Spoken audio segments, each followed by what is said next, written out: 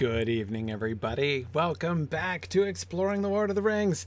I am sorry, I was a little distracted here at the beginning because I was checking some things. I am excited to be back, and tonight I just wanted to say up front, in case anything goes wrong, I am doing an experiment this evening. I am experimenting with a new service which enables me to stream the same feed simultaneously to Twitch, Twitter, Facebook, and YouTube all at the same time. So I was just kind of checking to see if that works, and it looks like it's working, I think. Yes. Okay, very good. So excellent. We'll see. Yes, Mad Violinist says, what could possibly go wrong? That's just what I was asking myself. So, oh, hey, Cook, you got the YouTube alert. Great. Excellent. Very good. Yeah, I also got a Christmas present, which you can't see, but by which you are seeing. That is, my family gave me a ring light, so that the lighting is better on me, which is kind of fun. So anyway, all kinds of improvements around here. Just pretty amazing. I know, Girthwin, right? It's like just, it's incredibly professional. Yeah. So anyway, so we will see. And in theory, I have folks who are I should be able to see chat from people in all of the different places. So back in the old days when I was streaming to Twitter on my phone and people were commenting and I had to like turn my head 90 degrees to try to read people's comments, I shouldn't have to do that anymore. So that's a nice upgrade. Excellent. And Bubblegum Gal, yes, I'm seeing your comment coming through from Twitter. So how about that? Very good. Interesting. Excellent. Okay. So hey, things seem to be working. Yeah. Excellent. Okay. Very good. Well, let's jump straight back into things then. So we're going to be, first of all, happy 2021, everybody. Happy New Year. It's our first stream, our first session of the new year. The first session of year 5 of Exploring the Lord of the Rings. We've now completed 4 entire years of discussion. And no, we have not quite finished the Council of Elrond yet, but I'm confident.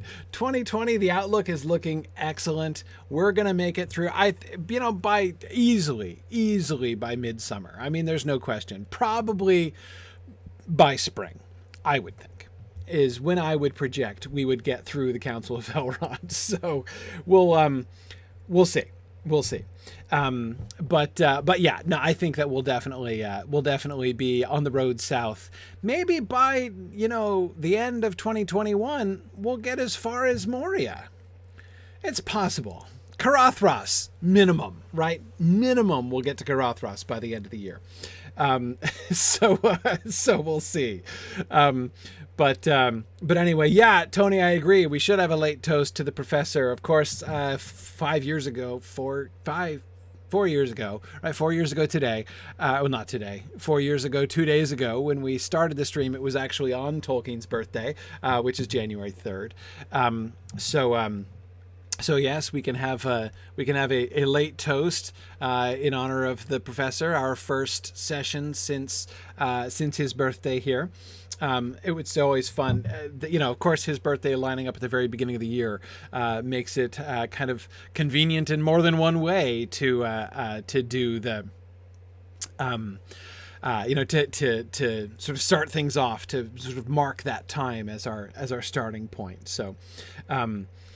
Anyway, yeah, Mad Violinist is wondering if we can have a reenactment of the defeat at the Pass of Carothras at Mythmoot 8. Maybe. It's going to depend on our location there, I think, really. Yeah. Anyway. Okay, so I want to jump straight back into the text, however, because tonight we're gonna celebrate by making some rapid progress, as usual, patented rapid progress on our way through the Council of Elrond here. For those of you who don't remember, because it's been a long time ago, well, it's been a couple weeks. Or a year, I guess, depending on your point of view. Oh, this is so cool. Sorry. So cool seeing comments from folks all over the place. Hi, Kimberly and Francis on YouTube and Michael on Facebook. And, oh, man. Very interesting. Okay. Cool. So, yeah, just this is going to take some getting used to. But it's awesome in a really cool way. Anyhow, what was I going to say? I was interrupting myself. I was talking about, recapping, because it's been so long, right? So you'll remember we're in Gandalf's narrative. Gwaihir just rescued him from Orthanc. We spent last time talking about Gwaihir and solving, I think we solved, an interesting problem, which opens up really a whole new kind of back narrative concept that I've never really even thought about at all before. And of course, the question we were wrestling with together in our last session was, where does Gwaihir get his information? Gwaihir relays to Gandalf the rumor about, or Gandalf tells us that Gwaihir had relayed to him the rumor that the Rohirrim are paying a tribute of horses to Mordor. Where would Gwaihir have heard that, right? We know Gwaihir has every opportunity to see things happening, but he specifically speaks of having heard a rumor. From whom could he have heard it? Of course, our theory, in the at least what I think was my own conclusion of from our discussion, what I think was the most likely explanation is that he heard it from Radagast. Radagast is his most obvious source, and Radagast's most obvious source, in turn, is Saruman.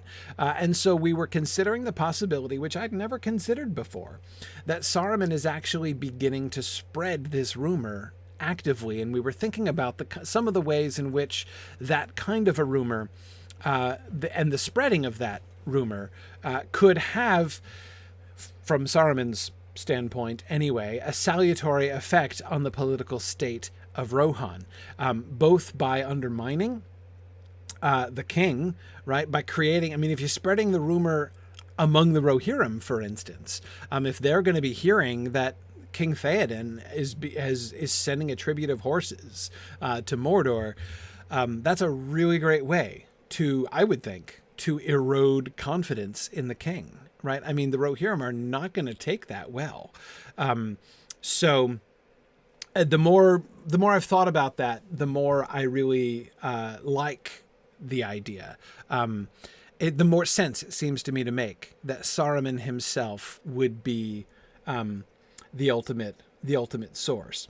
Now, Angrist, I agree that Gwaihir might have seen horses being brought to Mordor with his own eyes, but what I don't see is to whom he would have asked questions about that. It does seem to me, based on what we know of the Eagles, that he has a fairly limited number of bipedal interlocutors, he hangs out with the other Eagles. They're bipeds, technically, I suppose. But who else does he talk to? I don't think Bjarnasonar, I agree. If there were anyone else he's asking, right? If there was anything else that he was asking, like if he saw this and he was wondering what's going on with Rohan, right? Surely he'd ask Radagast, right? That would be the move, right? That would be the move, I would think, for Gwaihir. So anyway, again, so where would Radagast get this rumor? Well, he doesn't circulate with many bipeds either, right?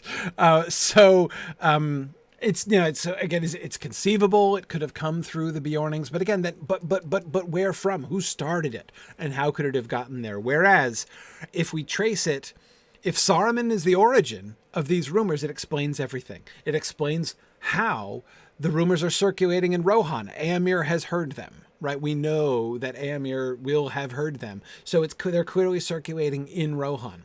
And Radagast, of course, could easily have heard those from Saruman as well, as Saruman would have briefed him, right, about all the things that are going on. And so I definitely think that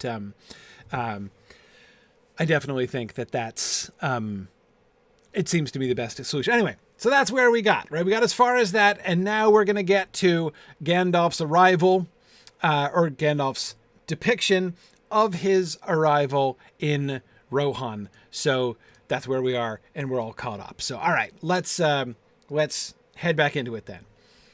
He set me down in the land of Rohan ere dawn, and now I have lengthened my tale over long. The rest must be more brief. In Rohan I found evil already at work, the lies of Saruman, and the king of the land would not listen to my warnings. He bade me take a horse and be gone, and I chose one much to my liking, but little to his. I took the best horse in his land, and I have never seen the like of him. Then he must be a noble beast indeed, said Aragorn, and it grieves me more than many tidings that might seem worse, to learn that Sauron levies such tribute. It was not so when last I was in that land. Nor is it now, I will swear, said Boromir. It is a lie that comes from the enemy. I know the men of Rohan, true and valiant, our allies, dwelling still in the lands that we gave them long ago. The shadow of Mordor lies on distant lands, answered Aragorn. Saruman has fallen under it. Rohan is beset. Who knows what you will find there if ever you return? Not this at least, said Boromir, that they will buy their lives with horses. They love their horses next to their kin, and not without reason, for the horses of the Riddermark come from the fields of the north, far from the shadow, and their race, as that of their masters, is descended from the free days of old. Gilgalanther, I also have really I've always enjoyed Boromir sticking up for Rohan. I agree it isn't something that he necessarily had to do. And it's interesting, Gilgalanther, because we've seen Boromir's Homerism on several occasions, right? I mean, that's not a new thing in the Council of Elrond, right? All you've got to do is say something which just touches upon Gondor, right? And you're guaranteed to get an interruption from Boromir.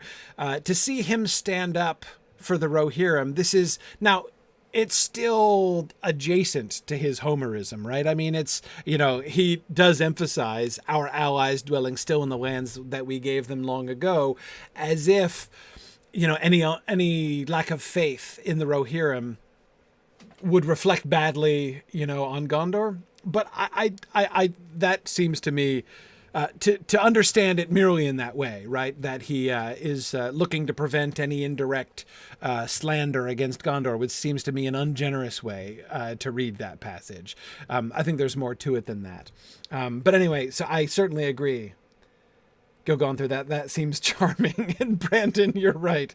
Now I have lengthened my tale over long. It might be the Signum University motto. Well, at least the Tolkien professor motto. That's fair enough. That's fair enough. Yeah.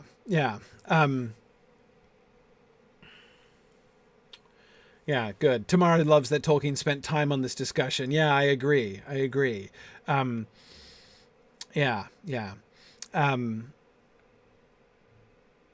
Right. Johannes is wondering, why is this the place where Gandalf decides to shorten his story?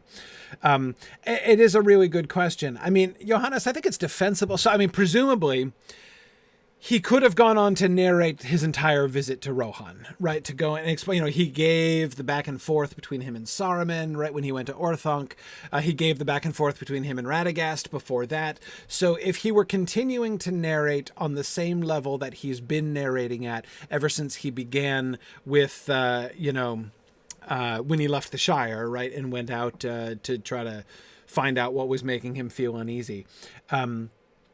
If he continued on that same level, then he would have described how he, went into Edoras and how he was brought into Meduseld and the conversation that he had with Wormtongue and with Theoden at that point. That's certainly a thing he could have, I mean, it would have been maintaining the same level. So in a sense, he's kind of built the expectation that he's going to do that. So he signals, I'm going to skip this now, right? The rest must be more brief. And he is, when he's allowed to complete his narrative, in fact, going to be a good deal more brief about his narrative, though he'll be interrupted still several more times. His synopsis of the Rohirrim situation is, in Rohan I found evil already at work. The lies of Saruman, and the king of the land would not listen to my warnings. That's it. Like, that's the whole discussion. He bade me take a horse and be gone, right? That's much more, presumably, was said, right, than that. But yeah, anyway, so I definitely do think that, yeah, I do definitely think that it's interesting. So I'm coming back to your comment about why does he choose this point? Well, politically, it makes sense. What's going on in Rohan is interesting and it's relevant, but it's certainly not at the same caliber.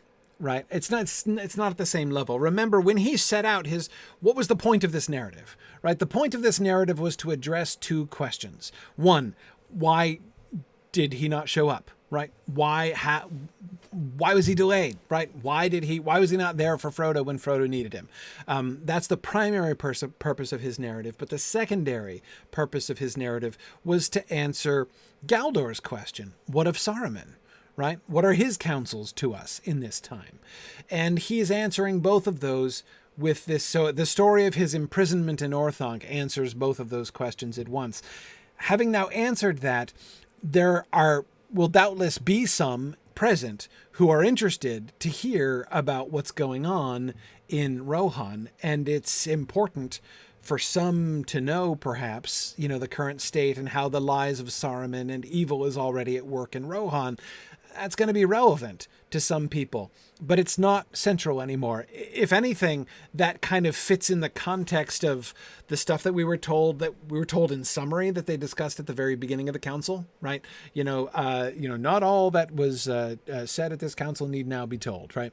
The different stories of unrest, the thing of the kinds of accounts of which Glóin's tale of the difficulties they're having in the Lonely Mountain is given to us as a representative sample, right?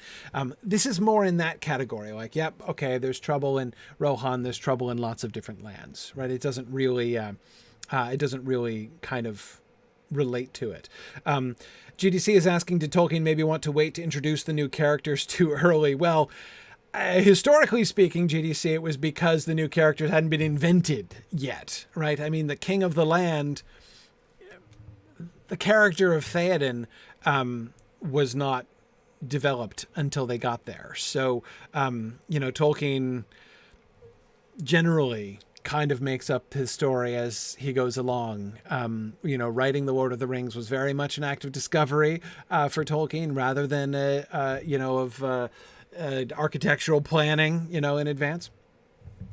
So again, from an authorial historical standpoint, it's not about him not wanting to introduce the new characters so much as not having any idea who the new characters were. Yeah. So, but Dan, as far as what about the representative? Why is there no representative present from the Rohirrim? Well, ask whoever arranged this meeting, right? That is to say, we don't know. Elrond says, "I say you're called, but I didn't call you," right?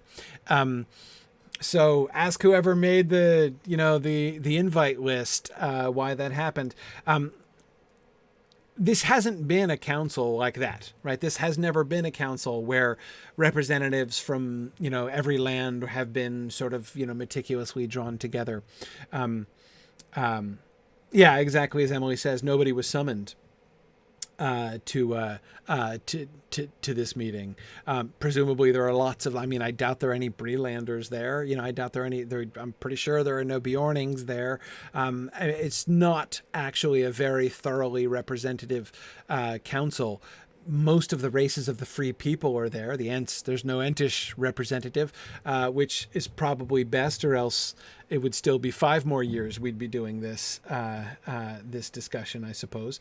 But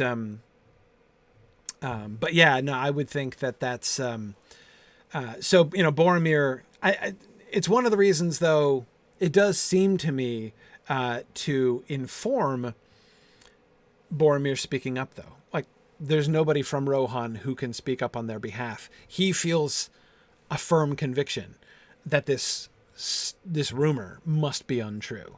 And there's none of the Rohirrim to speak up for themselves. So he's going to speak up on their behalf. And that seems to me good sense, very natural, but also very honorable on his part. Yeah.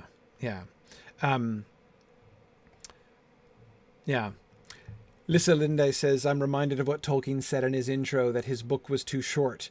Maybe the happenings in Rohan are something he wanted to include but had to cut. I certainly agree that in the revision, like, he had to stop the revision process somewhere. I mean, you can say, which is true, that when he originally wrote the Council of Elrond, you know, this reference, the reference that Gwaihir makes, is the moment when the land of the Horse Lords is invented for the first time. He'd never even thought of it before that.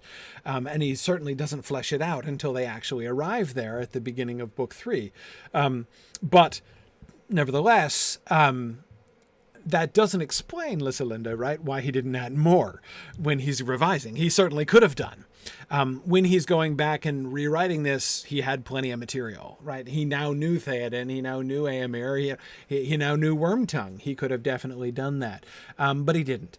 And I think partly that's because it had to get published sooner or later, but partly because, I mean, he knew, like, that this, you know, yes, the book is too short on the one hand, but he's a good storyteller too, in general. And I think that he knows that more here would not be necessarily good. Exactly. Lupilia says, you know, he brings it up to explain why the Gap of Rohan is closed to the ring bearer. Yes, exactly. That's the context in which it's first raised. Yeah.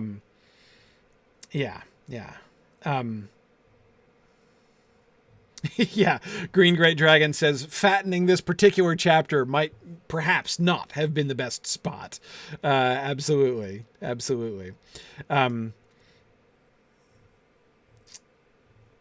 Awesome. Excellent. Sorry, just looking at the other streams there. Hi, YouTube people. Glad you guys are able to join me. I see some people who are talking about they've been watching on YouTube the streams, and they're up to, what, like the 50s or the 90s? Yeah. Don't worry. Still in the Council of Elrond. Still in the Council of Elrond. Okay. Yeah. So anyway, let's move on. The Lies of Saruman. And as I forget who said it, somebody said it a little bit earlier on. This is one of the sentences that I was thinking of last time when we were talking about this, that I do think that this does seem to me also to make the idea of that rumor originating from Saruman more plausible. Now, of course, that's not explicitly what Gandalf is referring to here, right? When he says the lies of Saruman are the evil that is at work in Rohan, right? And the reason why the king of the land would not listen to his warnings. He's not referring to the rumors that Gwaihir mentioned, but the very idea that the central place, literally within that sentence, structurally central place, right? That the lies of Saruman occupies there, does really suggest. So when we think about, he's just mentioned the rumor, right?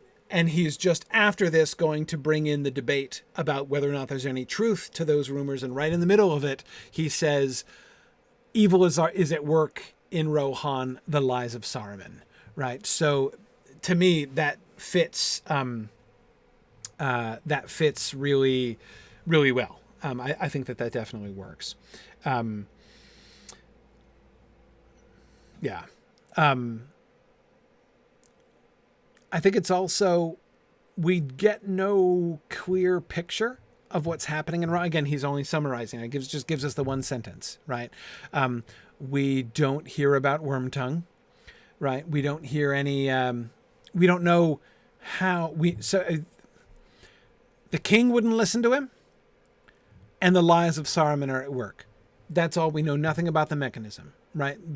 Specifically the role of Wormtongue is something that we're going to have to learn about later on. But of course, it's set up by this very simple synopsis, right? That the lies of Saruman are active there in Rohan, and as a consequence of those lies, the king of the land would not listen to his warnings, which is certainly a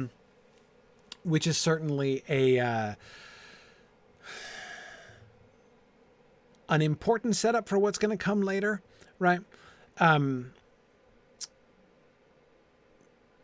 Learning them, we'll learn the mechanism later, right?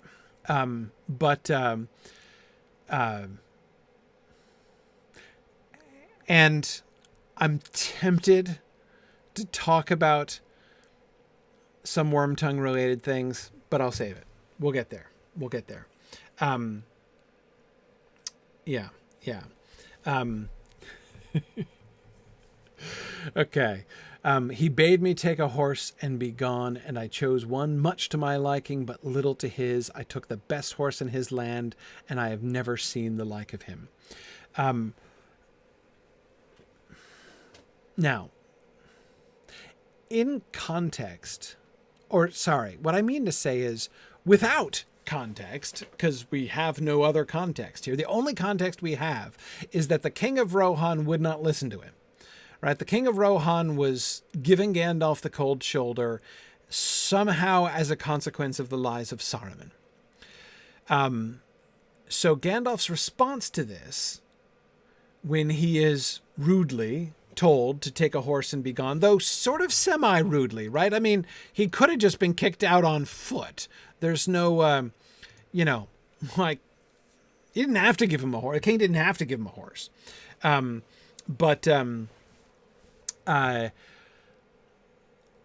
Okay. Gandalf, without any explanation, right? When we meet Shadowfax later on and we see the bond between Gandalf and Shadowfax, and, we're given this clearer context, like he is the horse of the White Rider, right? There's this clear destiny, right, in the relationship between Gandalf and Saruman as we're introduced to this later on. We don't get any of that, right? All we get is what kind of sounds like Gandalf bragging about something a little bit rude, right? I mean, Tiber, I agree. That is a pretty rude guest, right? I mean, when he says, take a horse and be gone, and you respond by choosing the best horse in his land. I mean,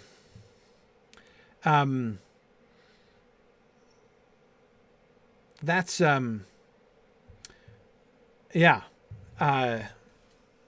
that's, I mean, okay, JJ, you're right. On the one hand, don't tell somebody to take their pick if you don't want them to take their pick. I agree. It's not, you're not wrong about that.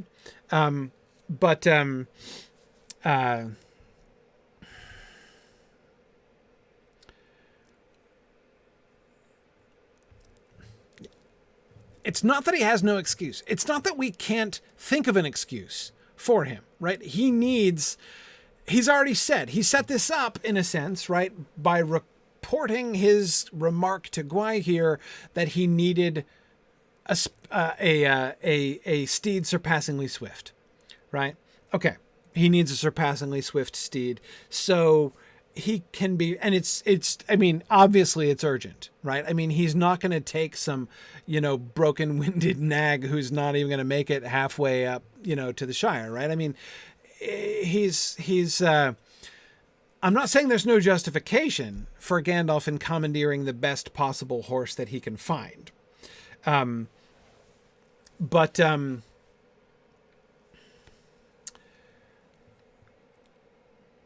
still, it's still kind of a big deal. Yeah.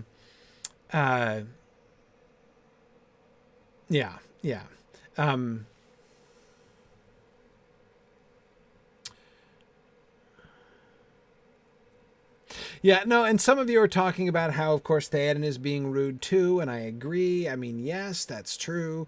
I'm not trying to say that that's not the case. Yeah, Mad Violinist, I think you're right. It does feel like a kind of a common trope in sort of Norse or Anglo-Saxon tales, the guest who takes the Lord more literally than was expected. Yes. I mean, it certainly sounds like, if you just take that as a premise, right? Unwelcome guest arrives in the hall. The king makes a rash offer, right? Take whatever horse you choose and be gone.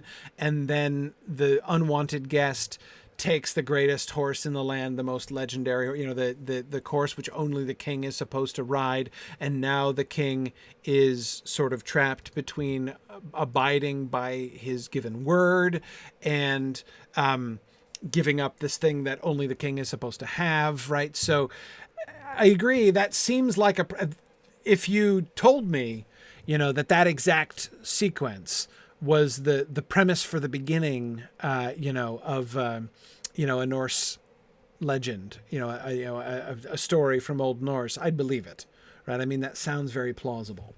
So it certainly does kind of fit the spirit there, in that way. Praise Moyer is remembering when people like King Arthur, most famously, Praise Moyer is, will say something like, up to the half of my kingdom, right? And she's imagining somebody responding that by saying, okay, where should we draw the boundary, right? I'll take 40% of your kingdom. Thanks very much. But that's, of course, exactly the point, right? That's exactly the point, that when a king says something like that, they don't mean to be taken literally, right? It's an idiomatic expression of generosity. Not praise exactly as you're suggesting. If somebody says, ask me anything up to the half of my kingdom and it shall be yours. If you ask them for 40% of their kingdom, that doesn't mean you're not being a jerk. You are, right? Did they set themselves up for it? Yes. Like it's and again, King Arthur falls into this trap lots of times. But yeah, I mean, it's still, if you ask for the 40% of the kingdom, you're still kind of the jerk, is what I'm saying, yeah. Yeah.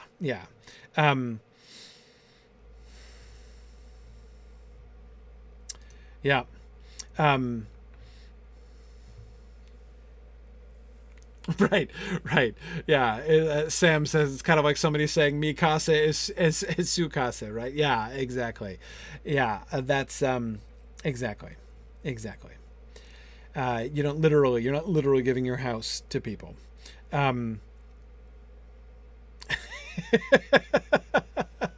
JJ's quoting Bilbo. Dear me. I'm sure this is all very uncomfortable. You may remember saying that I might choose my own horse. Perhaps I took it too literally. I've been told that the Rohirrim are sometimes politer in word than in deed. Yeah, so JJ, as you're arguing, this is a thing that we've seen Tolkien play on before, right? And honestly, I would say, going back to Mad Violinist's point, the fact that same kind of trope is played on in The Hobbit is more supporting evidence that it's that kind of thing, right? That it's that kind of that it is a kind of trope that you would often find in that kind of northern story. Yeah.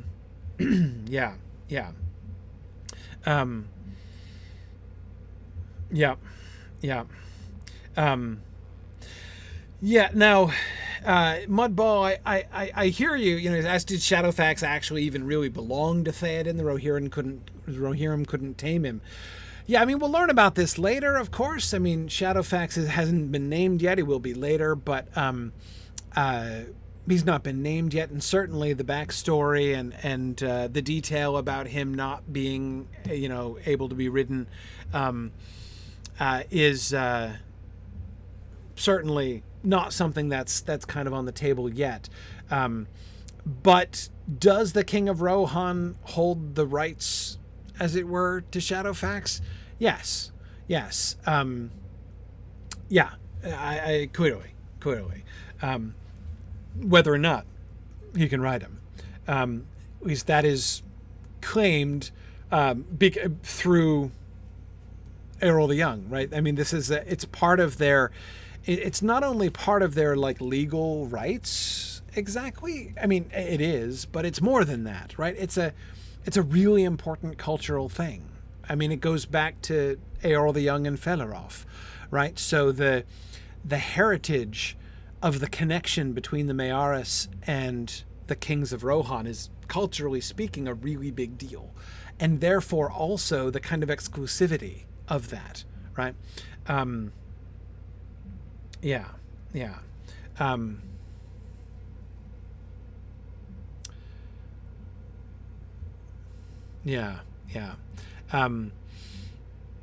Now, I agree, Tony, but you're absolutely right that this is also a sign of providence in Gandalf's great need. Right now, I'm only kind of considering the half of it, right? Just this sentence, right? I took the best horse in his land, and I have never seen the like of him. You know, I sure took advantage of that offer, right? You know, he didn't have to ask me twice. But anyway, yeah. I mean, I agree that he definitely yeah. We'll get there to the providential angle, Tony, because I do agree that that's very important, right? And I do believe that that's why Gandalf wasn't just trying to screw Theoden over, right? Like, oh, you're going to be rude to me? Fine. Well, then I'll take your offer literally and take away the best horse in your land. How do you like that, right? That's obviously not Gandalf's attitude. Yeah, and certainly, Girthwin, I agree. Providence is why Shadowfax acquiesces to Gandalf's need. Like I said, this sort of, you know, almost predestined connection, you know, the sort of the bond of fate, which seems to connect Gandalf and Shadowfax, is certainly, and more explicitly, from the time when we meet Gandalf again later on in Book 3. I agree. That's certainly a really important thing. But no, Dairuan, the link between, so, you know, yes, it's true that Shadowfax ultimately, you know, has his genetic origins, right, in the horses of Orome, and that Gandalf is a Maiar, but that's not why Gandalf is the only one who can ride him, because the Maiaris have been traditionally the horses of the king. We're not told, like, what the relationship is between Snowmane and Shadowfax, but I'm sure they're related. I mean, I'm sure that Snowmane is one of the Mayaris. I mean, it's not, I don't think it's said explicitly anywhere, but I don't think it needs to be spelled out. I think it's implied. The horse of the king is one of the Mayaris and has been ever since Eorl the Young. So, I mean, I don't know exactly, you know, what the pedigree of Shadowfax is and how, how many generations you have to go back to find the common ancestor, you know, the common, stallion or mare with Shadowfax and Snowmane. But they're of the same breed, right? So Shadowfax is special, but he's not unique. He's one of the Mayaris. He's the greatest of the Mayaris. I mean, he's unique among the Mayaris, but he's not. But it's a uniqueness of scale rather than of type, if you see what I mean. Yeah.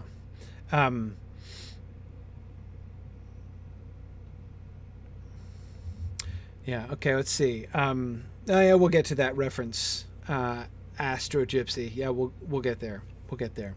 Um, okay.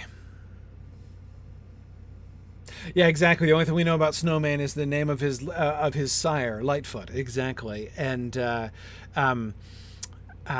we don't know. But yeah, we don't know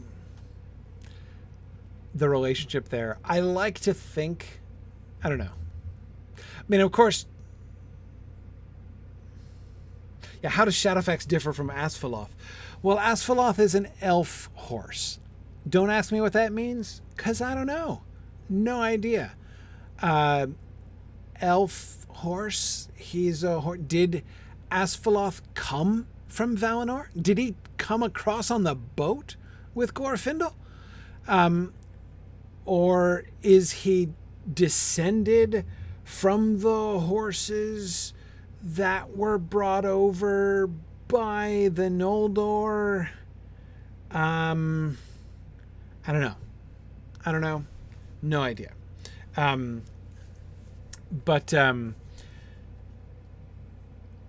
Yeah, Dan says I always took elf horse to mean trained by elves. It's possible, right? But I think it's more than just training. Like, it's not like if Bill the Pony had stayed in Rivendell, he would become an elf horse. Sam thinks he might have become articulate, right? He might have learned to speak had he stayed in Rivendell much longer. But I don't think, he's going to be running neck and neck with Asphalloth, if he stays and was trained by the elves exactly. It seems to me a matter of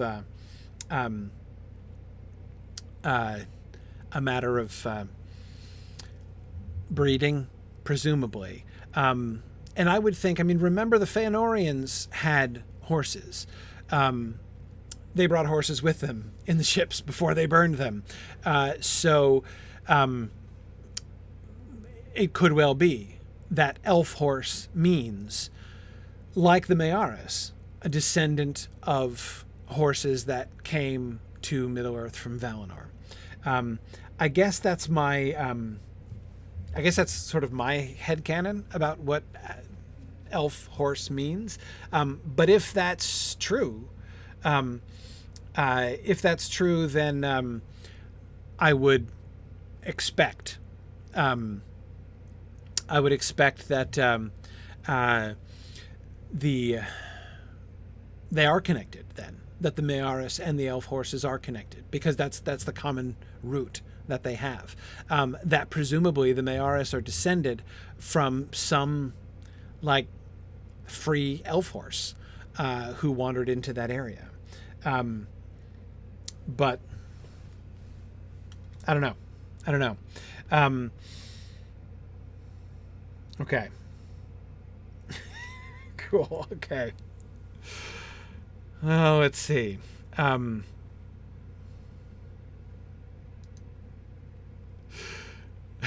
Rowan is wondering where Fatty Lumpkin fits in the hierarchy, with Shadowfax and Asphalloth and Snowmane and Bill the Pony.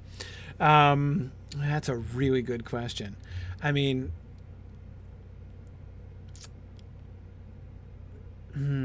Yeah. I think that Fatty Lumpkin, not Asphalloth, but Fatty Lumpkin, is the logical extension. If Bill had stayed in Rivendell, he might have ended up like Fatty Lumpkin, I think. I'm not necessarily saying in girth, though perhaps in girth, but the way that, Tom Bombadil refers to him as his, four-legged friend, suggesting the kind of rapport that he has with him seems to me to be to fit the kind of increasing awareness, right? Increasing or sort of decreasing gap between Sam, Sam's own perception of the decreasing gap between himself and the horse, right? Yeah.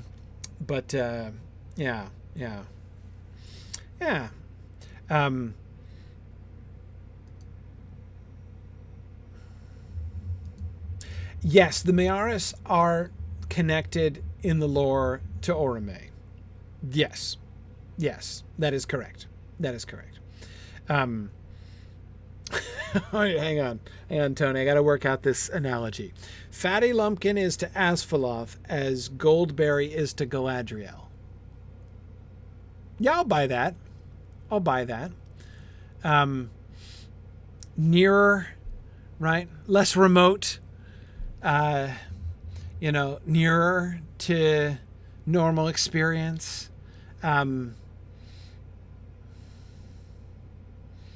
Yeah. Lofty and yet not strange. Sure. Yeah. Okay. I'll buy that. That works for me. Yeah, Matt says one would not be surprised if Fatty Lumpkin talked, but one would be surprised if he won a race. The opposite is true for Shadowfax and Asphaleth. Yes, I agree. Yep. Okay. I'm totally buying it, Tony. I totally buy that analogy. That works for me exactly. Yeah, and Astro Gypsy, I can see your chat. I'm monitoring a couple different chat windows, so I sometimes miss things. But if you want to make comments, I do see them in real time. So, okay, let's keep going. Interruptions now. Aragorn breaks in. Then he must be a noble beast indeed.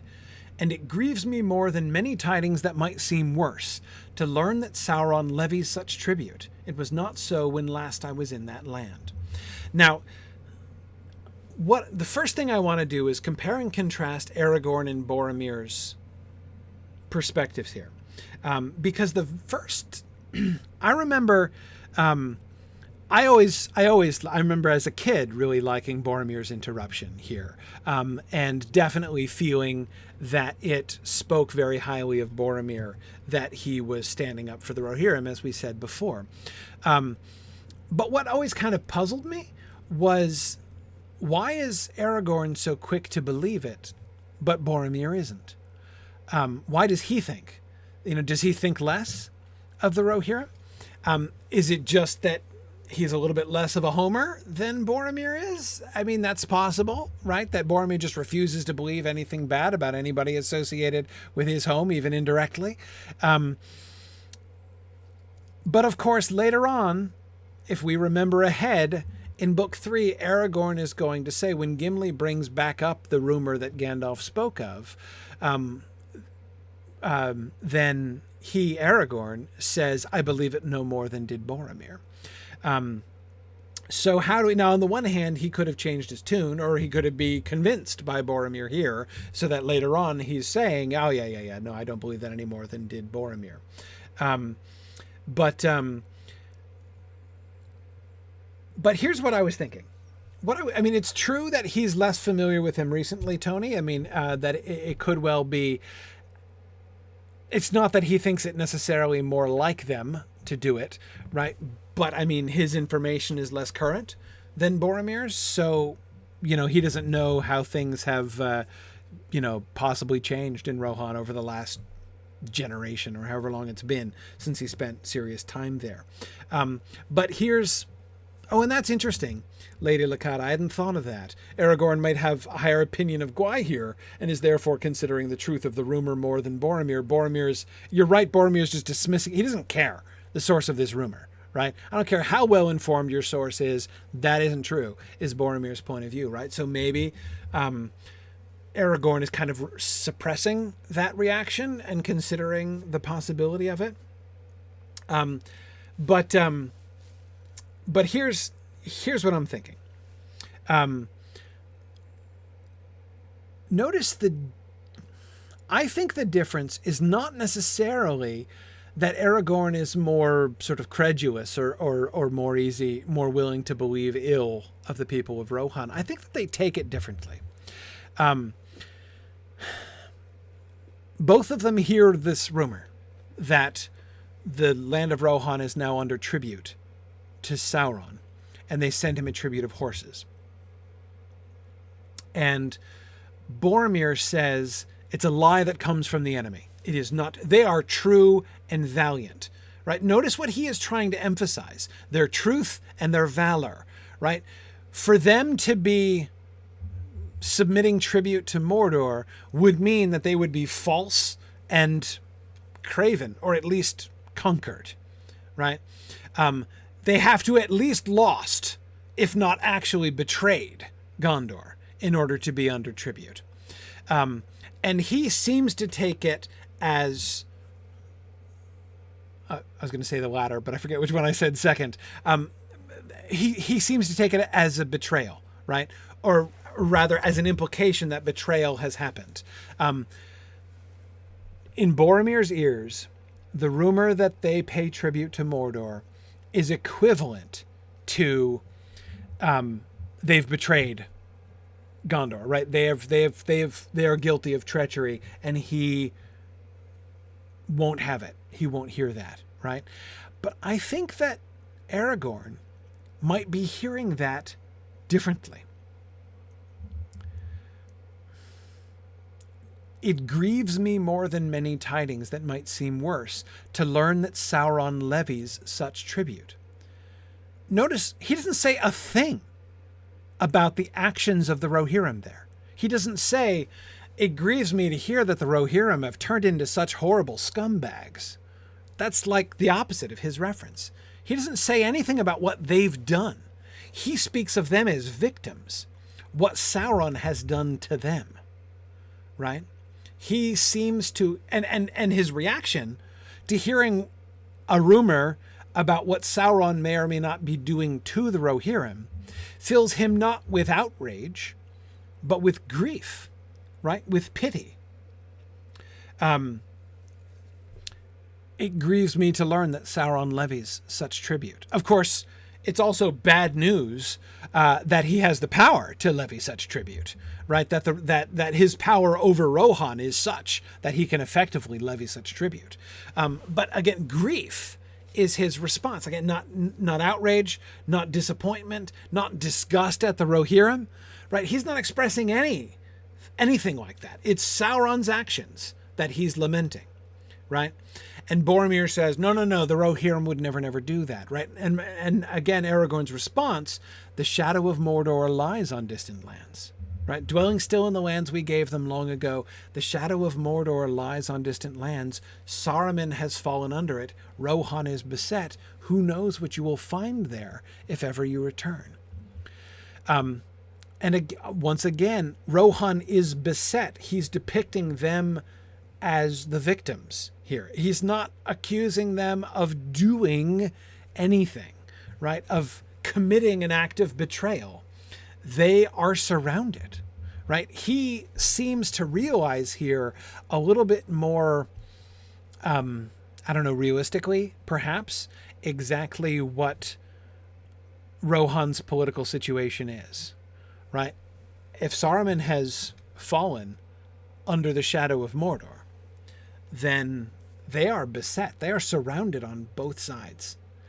And yeah, Boromir might think of Rohan primarily as that, land that's next to, that land that's next to his, right? That land that's next to Gondor. And so therefore he might think of it as a kind of extension, right? And he might be thinking, well, Gondor will never submit, as he has already said, and so therefore Rohan won't either, because we stand together, Gondor and Rohan, right?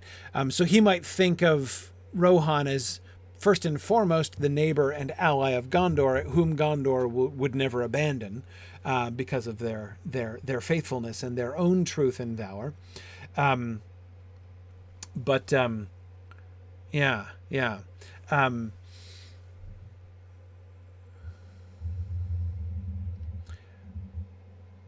But Aragorn sees things differently, and he sees the very difficult position that Rohan is in. If anything, if Aragorn is open to the idea that the Rohirrim have betrayed their old alliances, he seems to be prepared to pity them for the situation in which they're found. And I think that even again, Boromir's second response here is an excellent one. Who knows what you will find there if ever you return? Not this, at least, that they will buy their lives with horses. They love their horses next to their kin, and not without reason. For the horses of the Riddermark come from the fields of the north, far from the shadow, and their race, as that of their masters, is descended from the free days of old.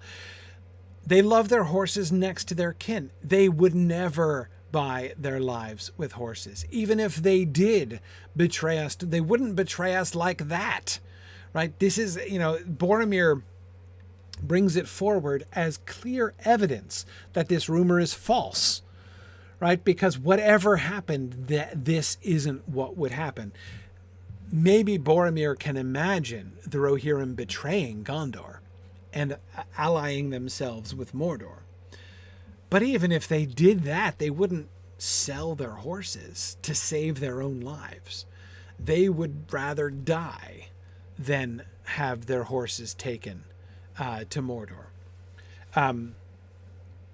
Agreed. But then I go back to Aragorn's perspective, and in particular to his first note. It grieves me more than many tidings that may seem worse, that to learn that Sauron levies such tribute. I don't think that Aragorn is blind to what Boromir points out at the end. He knows. I think he knows better than Boromir what the attitude of the Rohirrim and their horses are. And I think that's why he says it grieves me more than many tidings that might seem worse. Compared to, Saruman the White, the head of the White Council, has turned against us and is now, mustering an orc army. That's really bad news, right? That's way worse news than Rohan might be now tributary to Mordor. That's bad news, but it's not as bad news, right? But again, his note of grief, right? It grieves me more than many tidings that might seem worse, because he knows the significance, right? If that were true. So here's what I think Aragorn is saying. I think he's saying, if that is true, if it is true that Sauron is levying a tribute of horses from the Rohirrim, then that's not only really, really bad, I mean, politically speaking, bad, right? But it's also horribly tragic, right? It is exactly like, as somebody was pointing out before, I forget who said it, that, Tony was saying that to the Rohirrim, it would be like selling their family members into slavery. Yeah. But that's happened before, right? That's happened before. There are examples of conquered lands wherein people sell their family members into slavery because they have to, right? Because they're compelled to by the new political realities of themselves as a conquered and occupied territory. So I do think that, and yet, Kratos says it's exactly the sort of cruel thing that Sauron would do. No, I agree. I think he would. The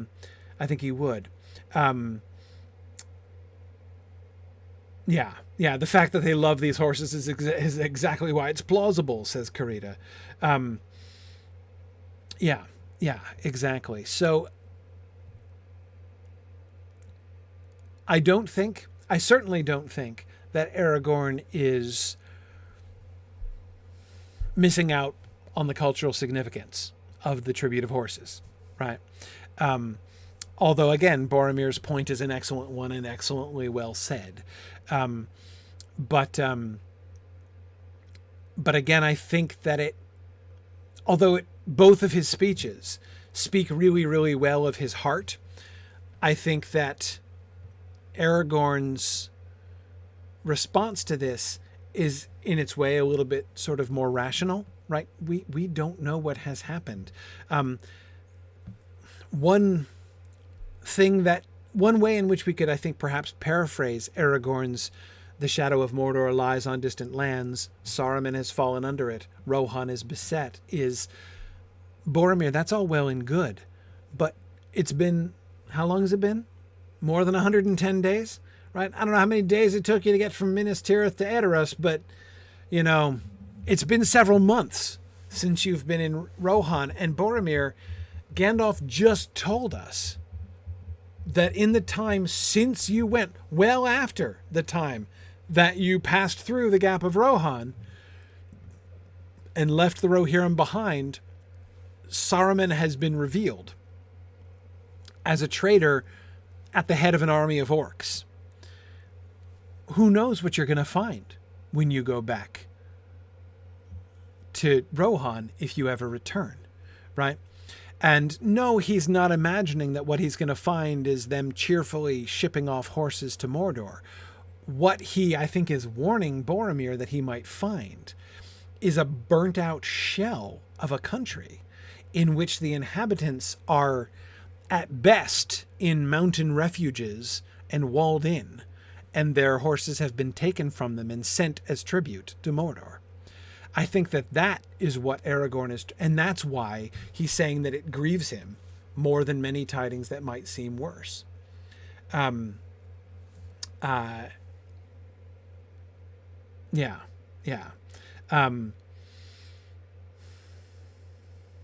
Yeah, no, Johannes, I agree. It hasn't. I'm not.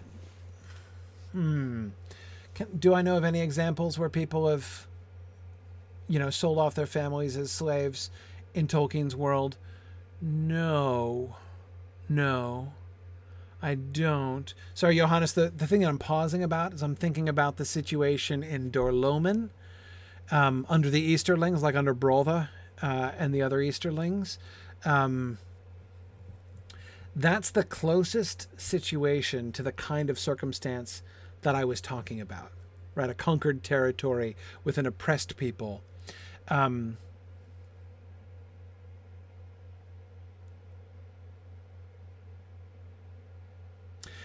is correct also to bring up, of course, the Númenóreans in their colonial period.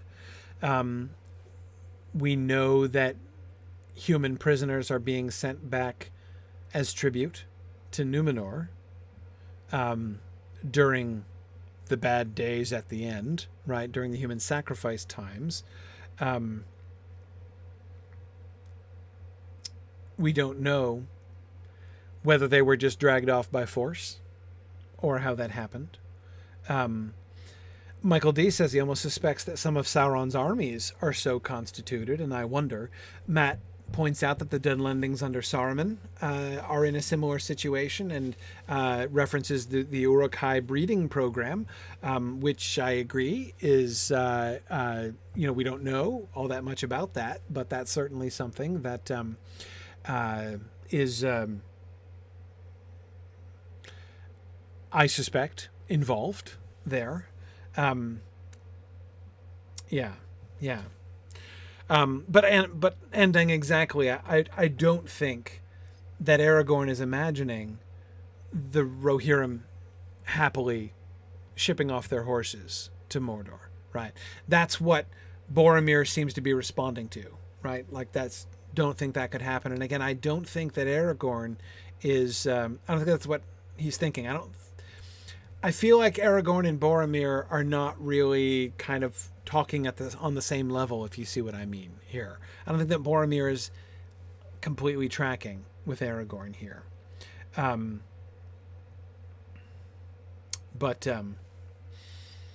Yeah. Tony, I agree. It's pretty horrible to think about. Thinking about it is possible to imagine Dunlending villages, perhaps, being set under a tribute to, like, contribute daughters, contribute girls for the Uruk-hai breeding program. I'm done thinking about that. But yeah, that kind of situation is a black evil, right? What Saruman did, it is a black evil. But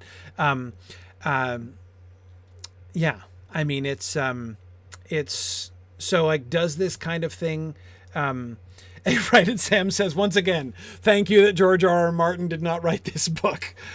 Completely agree with you there, Sam. Completely agree with you.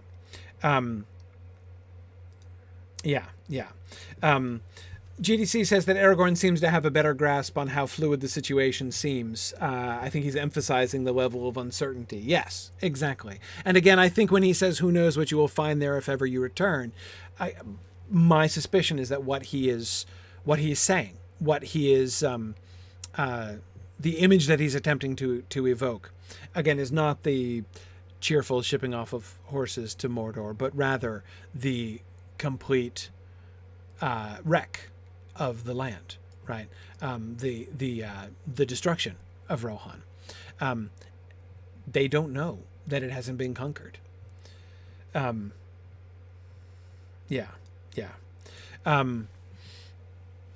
Okay.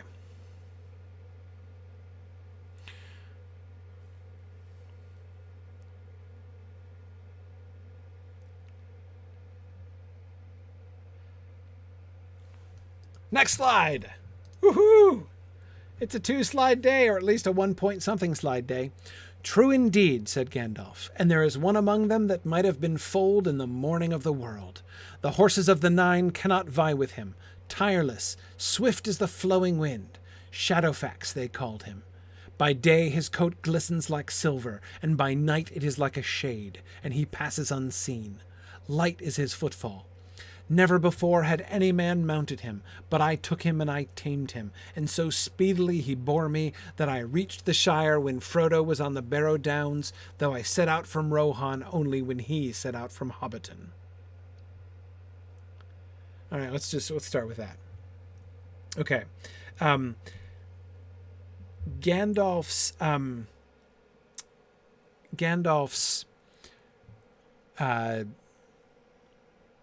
waxing poetic about Shadowfax is kind of lovely. And this is finally, okay, hang on. Musical says, we do know it hasn't been completely overthrown because Gandalf is reporting his conversation with Theoden. No, we know it hadn't been overthrown then, right? Which I know is fairly recent, right? But again, remember, he's just outed Saruman. They have every reason to think that Saruman had not yet begun an open campaign against Rohan because he was still trying to hide himself, right? He was still trying to deceive the wise. Now that he's been outed by Gandalf, now that he knows that Gandalf has escaped and his secret is out of the bag, they have every reason to believe that now is the time for him to flip the switch. He could have invaded Rohan the day after, right? Gandalf makes it out of town right before the fires begin, but it could be immediately after that. So even though it's only been a couple weeks now since Gandalf's conversation with Theoden, the invasion and destruction of Rohan could have begun, for all they know.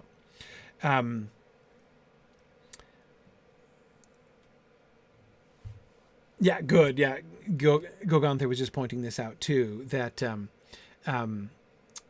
can't forget how fast the situation is changing across Middle-earth. Absolutely. Yeah. Okay. Oh, yes. And those of you on YouTube who are asking if this is a first and not a one-off. Yes. My hope is to do this from now on. It looks like the experiment is working, so I'm delighted. Anyway, okay. So... Right. Yeah. Now, Emily, you're right that it's Saruman's invasion, not Sauron's, and the discussion was about Sauron's taking horses as tribute. Yes. I mean, truly, it can't have been true that Sauron had conquered them in order to lay that tribute upon them prior to, like the rumor that Gwaihir was reporting can't be true, right? In that way. Agreed. That hasn't happened yet, right? And it's one of the things that I think that Aragorn is sort of trying to suggest there at the end, like, don't speak too quickly. Yes, they're true and valiant, but we don't know what's happening there. Yeah, good, right. Musical was just trying to say the same thing. Yes. Well, yes, but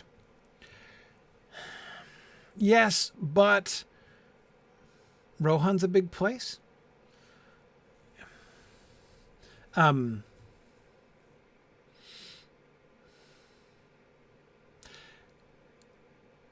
Is it impossible? Is it impossible that orcs have invaded the Eastfold and are taking a tribute of horses from people there while the lies of Saruman are at work? Gandalf he didn't report on it in detail, but he saw that Rohan was compromised. The lies of Saruman are already at work, and Saruman is working with Sauron, right?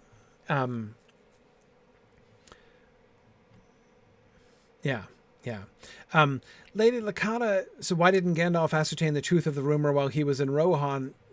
I would think the bigger question would be, why wouldn't he say anything about it here?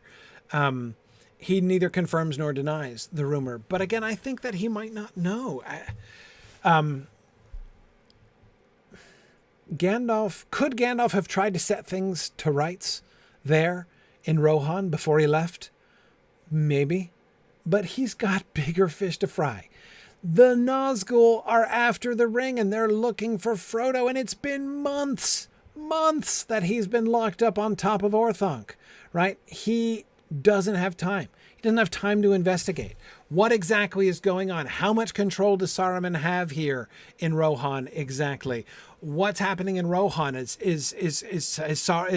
orcs of Saruman, are they already coming over the river and invading the Eastham Net? It's possible that they are, right? Does he have time to figure any of that? No. Give me a horse. I've got to go, right? I have to get the fastest horse I can possibly have and get out of here. Yeah, exactly, Michael. There's no point in fixing Rohan only to lose the ring. Absolutely. Yeah, so no, I agree, Rachel. I don't think he does have time there at all. Yeah.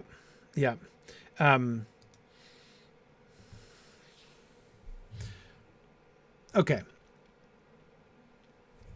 But Shadowfax. But let us pause, as Gandalf pauses, to dilate on Shadowfax. And here we finally get some context, right? We finally get some context of Gandalf's choice of horse. Why is it that he chose that? One bald sentence by itself kind of makes him sound like a jerk. But here now it's different. There is one among them that might have been foaled in the morning of the world. The horses of the nine cannot vie with him, tireless, swift as the flowing wind. This is where we were talking about providence earlier on. This is where we can see the hand of providence at work, right? He needed a horse surpassingly swift. He needed one that could outrun the mounts of the Ringwraiths. And here in Rohan, he has found not just a horse, not just a good horse, not just a great horse, but one that might have been foaled in the morning of the world. By the way, this is a really nifty little piece of evidence. Remember, I mean, I've talked about this many times, and more than many people have talked about this many times, about how in Tolkien's world, whereas in the modern world we have kind of accepted the idea of the myth of progress, right? That like sort of things get better, and the natural course of events is for things to get better and better, people to get smarter and smarter over time. It's the whole the evolutionary myth. Footnote, I'm not saying evolution is a myth in the modern sense. I'm saying the whole like mythic worldview that has grown both before and around the time of evolution, which helped to facilitate the rise of the acceptance of evolution. This whole worldview of like things are getting better and progress is being made towards this, towards a greater and higher thing. That mythic idea, which is a modern mythic idea, is very much opposite to Tolkien's worldview, which is much more like the medieval worldview. And that is that things were getting worse and worse, right? That things back in the old days were great, but have been in decline for a long time. If you want one little simple quote to illustrate, doesn't prove it if someone's skeptical, but to illustrate that principle at work, that's a really good sentence for it, right? There's one among them that might have been foaled in the morning of the world. What does that mean? Okay, so he might have been foaled ages and ages ago. What does that tell you? Again, from the sort of the mythic perspective of the modern world, you think, oh, so he's like primitive and crude, right? Is that what you mean? No, of course. Gandalf means he is greater than any of the lesser descendants among horses, right? That have emerged. No, I agree. Those of you who are talking about like the ways in which that modern myth has changed and been qualified, totally agree. Again, I'm not trying to give any kind of commentary on it, just pointing to the fact that that has been the kind of background framework of the modern world, and that the medieval world and Tolkien's world are totally different from, and that idea, the idea of, as you say, Bjarnasonar, of like more advanced lives, the primitive versus advanced over time, right? The way in which still modern people always assume that things that are older are cruder, more primitive, less sophisticated, less good. Again, I'm just saying that general trend, and it's important to kind of remember that we're not in that place, right? We're not in that place in Tolkien's world, and this is a wonderful illustration of it. When Gandalf wants to explain how amazing Shadowfax is, he is so amazing he might have been foaled in the morning of the world. He is possibly the greatest horse who has ever lived, or at least he is as great as the greatest of the horses who ever lived. Because of course, it seems to go without saying, from Gandalf's point of view here, that since the morning of the world, horses have been in decline, right? Yeah, Girthwin says Gandalf's relationship with Shadowfax is so pure and wholesome. I agree. It is a beautiful relationship. Okay, so and then he goes to describe him. So having given that one little snapshot, right? Fold in the morning of the world. What does that mean, right? What does that mean on the ground? The horses of the Nine cannot vie with him, right? It's not even a competition. Tireless, swift as the flowing wind. Shadowfax, they called him. By day his coat glistens like silver, and by night it is like a shade, and he passes unseen.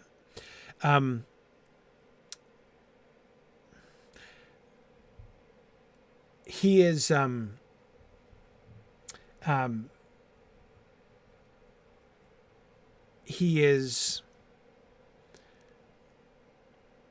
there is something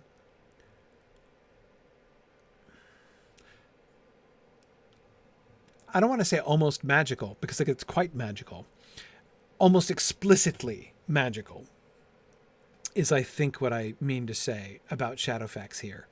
And the business with his coat is, to me, one of the interesting things. The rest of it, light as his footfall, swift as the flowing wind, tireless, the horses of the Nine cannot vie with him. Those things are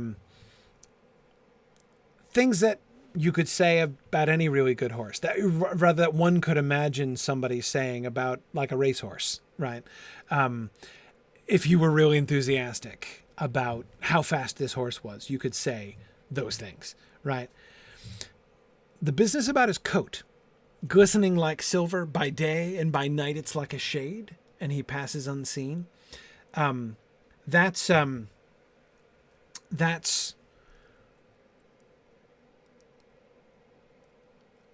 gives the air of magic to it, right?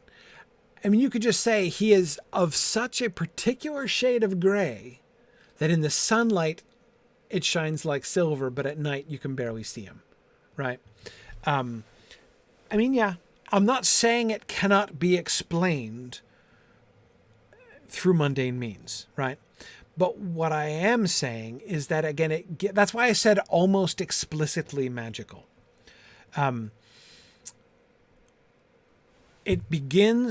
His description begins with the kind of mythic context. Might have been foaled in the morning of the world.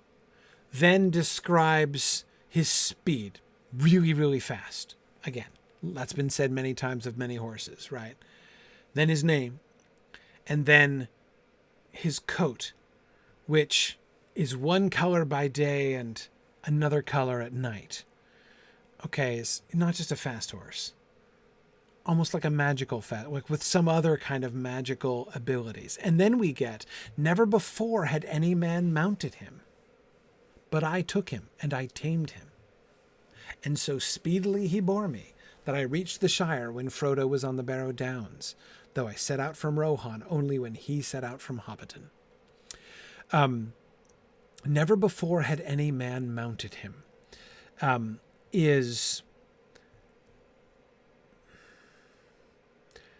Okay, so question.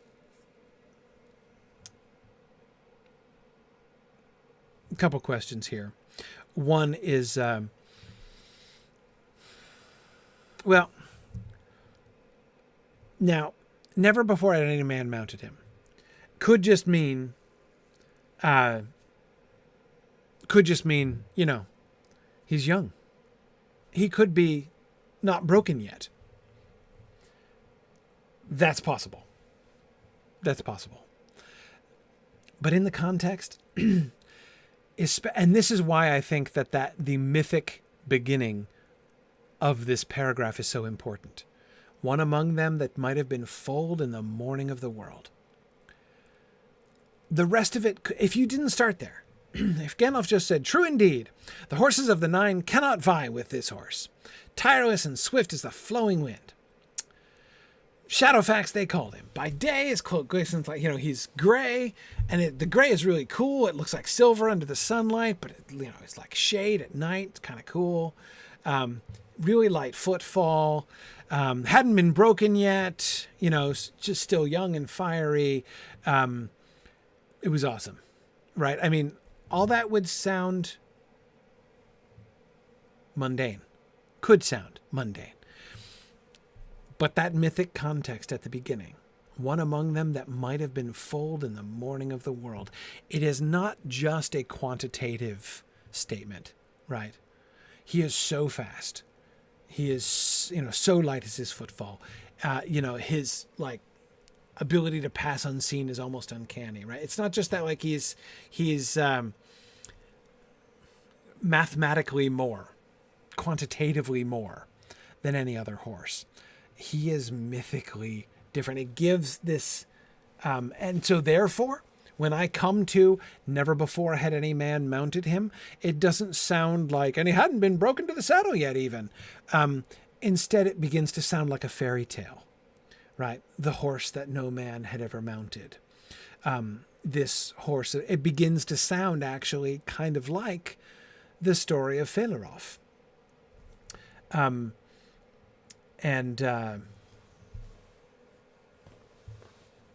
Some of you are talking about unicorns, I mean,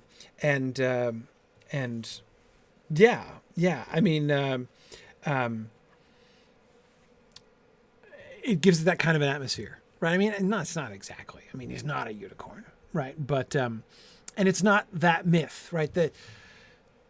Gandalf isn't evoking the kinds of myth. I mean, that's the unicorn myths are a different quality of myth. There are different things associated. Unicorns mean something different than Shadowfax means here. But musical, he is exactly more than the sum of his parts. Girthwin, I certainly agree. The unicorn comparisons point to how mythic Shadowfax is. Yes, exactly. Is there magic about him? I think. Yes. Something like, or something that hobbits might call magic, right? Sam might call it magical. But I agree, Tamara, that Shadowfax has horse magic like Galadriel has elf magic. Yeah. Tony says it's like the finding of Pegasus in Greek mythology. Yeah, sure.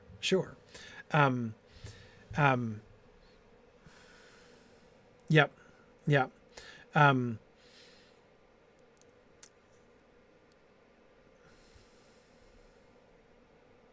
Yeah, it's interesting, Sharon. It is a little bit like the kind of language we get. Sharon is reminded of the Tom Bombadil and Goldberry chapter, right? And sort of the kind of mythic language that we get about Goldberry and Tom.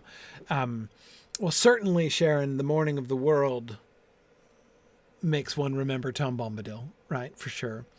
But I agree. The way in which Gandalf is trying to convey the impact of Shadowfax, right?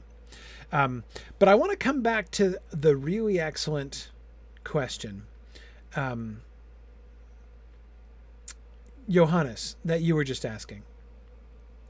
Johannes says, I always thought it was a little strange from Gandalf to introduce Shadowfax here.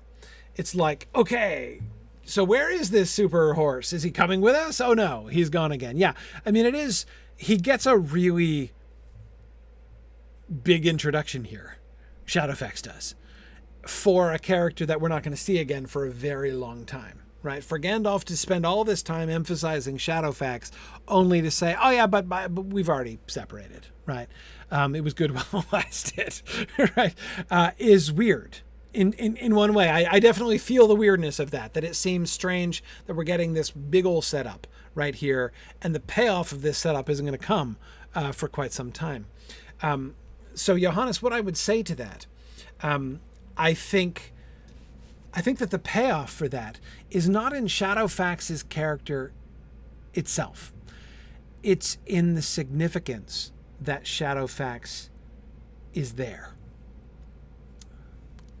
That is to say, I'm back to Providence. Here, right?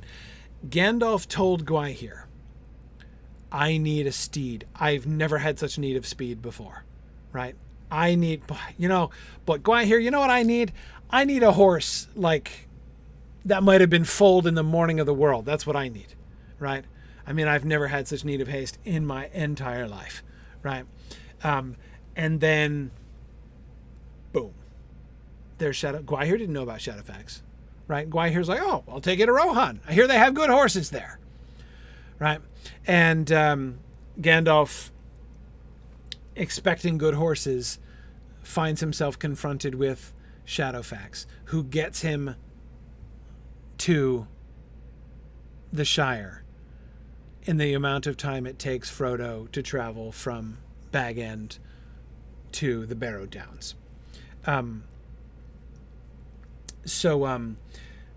Yes, I think that this speaks to Providence, and I think that that's the big deal. So Johannes, if I had to answer the question, why does Gandalf spend, I mean, other than just having it be a kind of a sort of a human moment for Gandalf, right? That he just kind of like loses control and waxes poetic, right? He can't refer back to his first meeting with Shadowfax without kind of, lengthening his narrative just a little bit more to explain how awesome Shadowfax is. To some extent, I can hear that as, kind of working in that way. But at the same time, I don't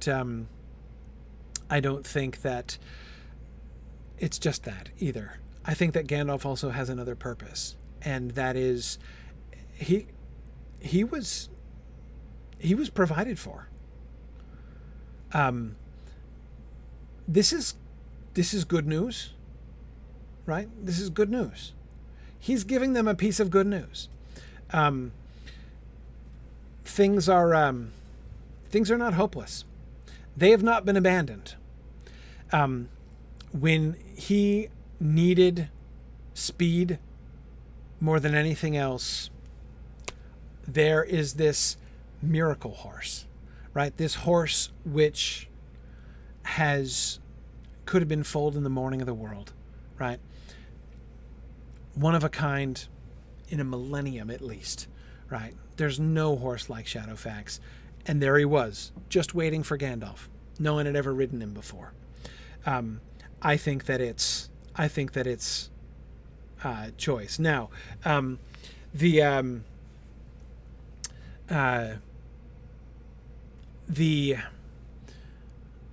taming business. Somebody was saying, where did I see this? I think it was somewhere down here, but I'm missing it. Somebody was saying that I tamed him doesn't sound very mythic. I agree. Oh, there it was. Rowan Quickbeam. Thank you. Thank you. I took him and I tamed him. Now, I do not believe that we are to imagine a horse training montage here, right? Gandalf working with Shadowfax and, you know, slowly breaking him to the idea of having a saddle put on him or whatever.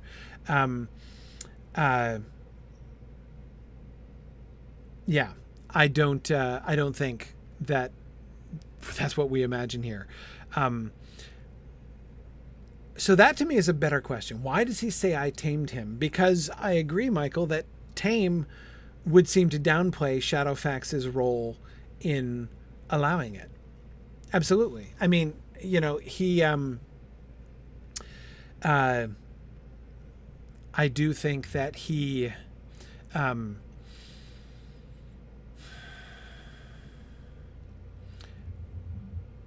clearly does not, you know, he doesn't do the horse training. He doesn't break Shadowfax, right? Shadowfax, as Gandalf himself will say later on, either Shadowfax agrees to bury you or he won't, right? So he will be explicit later on about Shadowfax's agency in this whole deal, right? Given that, why does he say here, I took him and I tamed him? I agree. I believe that what Gandalf is describing is, I went up to Shadowfax. I mounted him. He permitted me to mount him. So why? Actually, Bren, that's a really interesting parallel. Bren says, I imagine it would be more like what Harry Potter had to do to ride Buckbeak.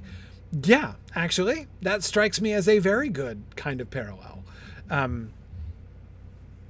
Yeah.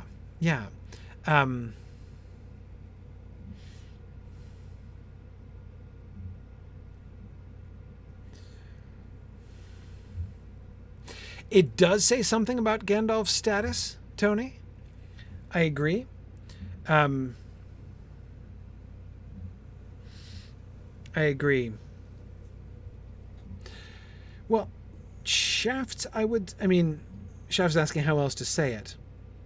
The thing that's striking are the eyes. I took him and I tamed him, right? We've got those two parallel clauses there, in both of which Gandalf is foregrounding his action. These are two things that I did. I took him and I tamed him. And so speedily he bore me. Buckbeak is the hippogriff in Book 3, Prisoner of Azkaban, that Harry has to bow to and treat respectfully, and then Buckbeak lets him get on and ride him. But the idea is, again, it's the permission of the steed, right? Granting you the permission to ride. That's why that strikes me as a good parallel. Yeah. So speedily he bore me that I reached the Shire. Okay.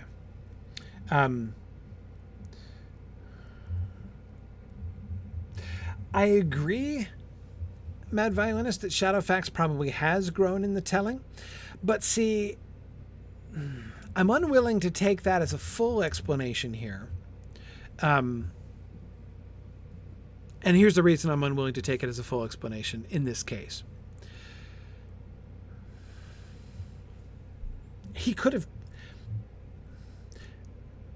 This could have been rephrased, you know. we see him rephrasing things, like what we saw earlier on about Boromir's reference to his brother. Right, when Tolkien first wrote the Council of Elrond, Boromir didn't have a brother. Right, Faramir only emerged when Frodo got to Ithilien. So, and not even immediately. You know, the Faramir character was originally another dude, and then slowly became Boromir's brother. But of course, in the revision stages, Tolkien has gone back and didn't insert a whole Faramir bit into the Council of Elrond, but he does reconcile it with what came later, right? Here, he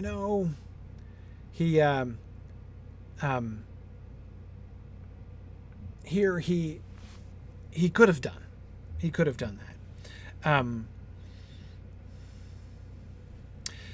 Yeah, Emily, I agree. I do think that one of the things that it could well suggest is that the taming was still a process. He doesn't see Shadowfax. So in this way, it would be unlike Buckbeak and Harry Potter, right? It's not just that he makes an approach to Shadowfax and he introduces himself to Shadowfax, and Shadowfax is like, oh, hi, yeah, sure, hop on, no problem. There is a process of bringing, there's a wooing process involved with Shadowfax, right? Yeah, exactly. It does say in the appendix that Shadowfax refused, and it took 2 more days after that before Shadowfax would bear him. Yes, exactly. And that would seem to me, the fact that that reference is put into the appendix suggests that, because the appendix, of course, Appendix B is written after the narrative, the rest of the narrative. Appendix B is quite late. So it shows that the choice that Tolkien, in the final stages, right, as Tolkien is doing revisions and stuff, in the final stages, Tolkien's choice is not to change this sentence. Instead, he takes this sentence, the taming concept of the taming process, right, and he elaborates that in Appendix B. So yeah, I think that what is the taming process like? Taming is a fine description of, I am going to approach a horse who is wild and no one can ride him, and I am going to ride him away, right? I mean, that's taming is what you call that, right? And he's acknowledging that there was a process, right? Yeah, he's acknowledging that there was a process, and that in itself, I think, speaks to Shadowfax in a sense. Yeah. So, but I don't want to lose sight of that. Shafts, I think that that's a really important thing. Another good reason why Tolkien would not have wanted to revise this sentence. It sounds good, right? Never before had any man mounted him, but I took him and I tamed him, and so speedily he bore me that I reached the Shire when Frodo was on the Barrow Downs. Gandalf, as I said, is waxing poetic, and that is true not only, I don't mean that only in the sense that he's using flowery language, he's using poetic language. Notice the alliteration in that sentence. Never before had any man mounted him, but I took him and I tamed him, and so speedily he bore me. Right? Man mounted, took him, tamed him, so speedily. Right? We get 3 instances of alliteration grouped together tightly like that in the sentence. And yeah, I think that would be reason enough for Tolkien to say, no, I'm going to justify tamed him, right? I'm not going to change that. In fact, instead, I'm going to write that into Appendix B, right? Because I like that sentence. Yeah.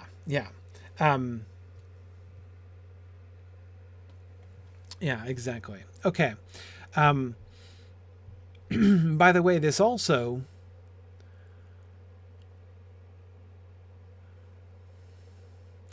Mad Violinist, I'm thinking about your timeline here.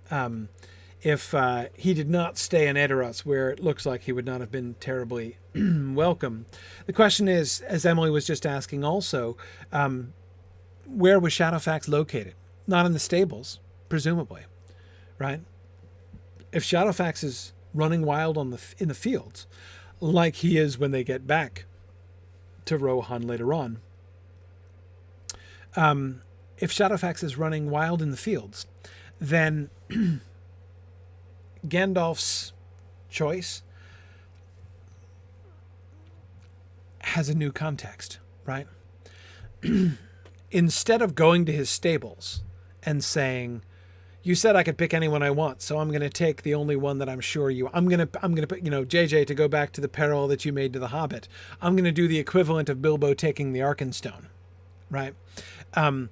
It's not like that, right? If instead he is thinking, oh man, I'm going to have to choose any horse I want and be gone.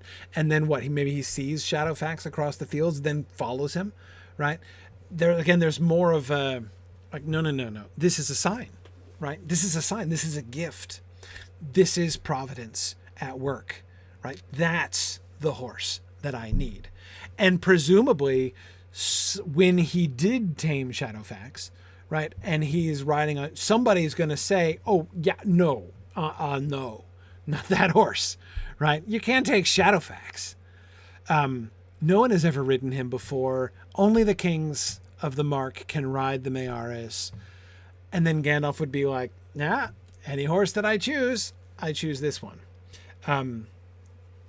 Yeah. Yes. Yeah, and you're right. Gandalf knows that Theoden knows. So no, I'm sure that last bit must have happened, right? But it doesn't necessarily have to have happened at the beginning, right? He's not like, deliver Shadowfax to me. The process is different. So you get both the solitary approach to the horse, that is the beginning of the relationship between Gandalf and Shadowfax, which seems not to have been love at first sight, as somebody was saying earlier, between the two of them. Yes.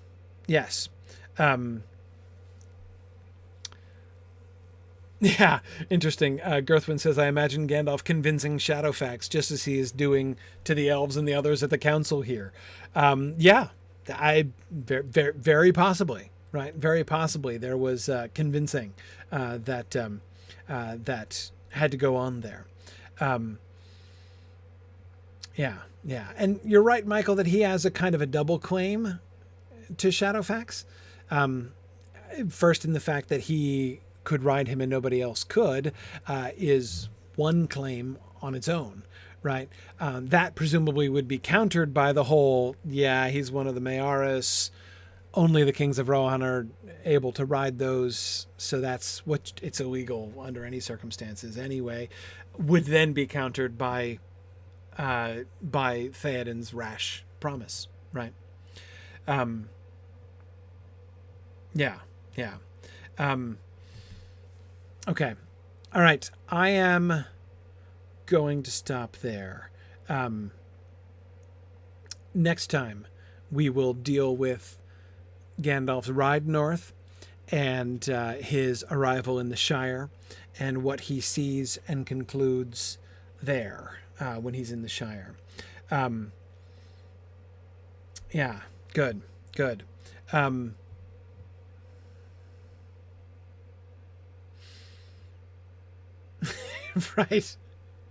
Right. Captain Mo, as long as he doesn't say Shadowfax was a kind of birthday present, right? It came to me, right? Yeah. He could have said that. Yep.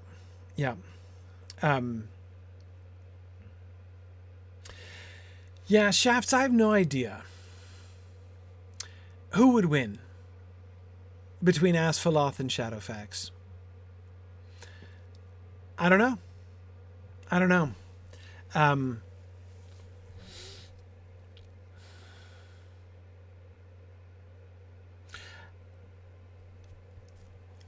if I had to put money on it, if I had to bet on that horse race,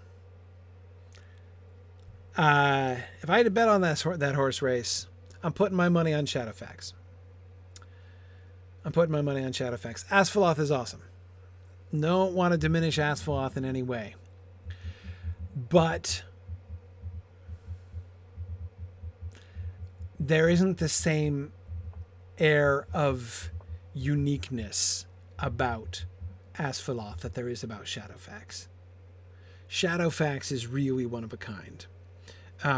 Lady Lakata points out that Gandalf has never seen his like, and he has seen elf horses before. Indeed, I'm sure Lady Lakata has met Asphaleth before. Yeah,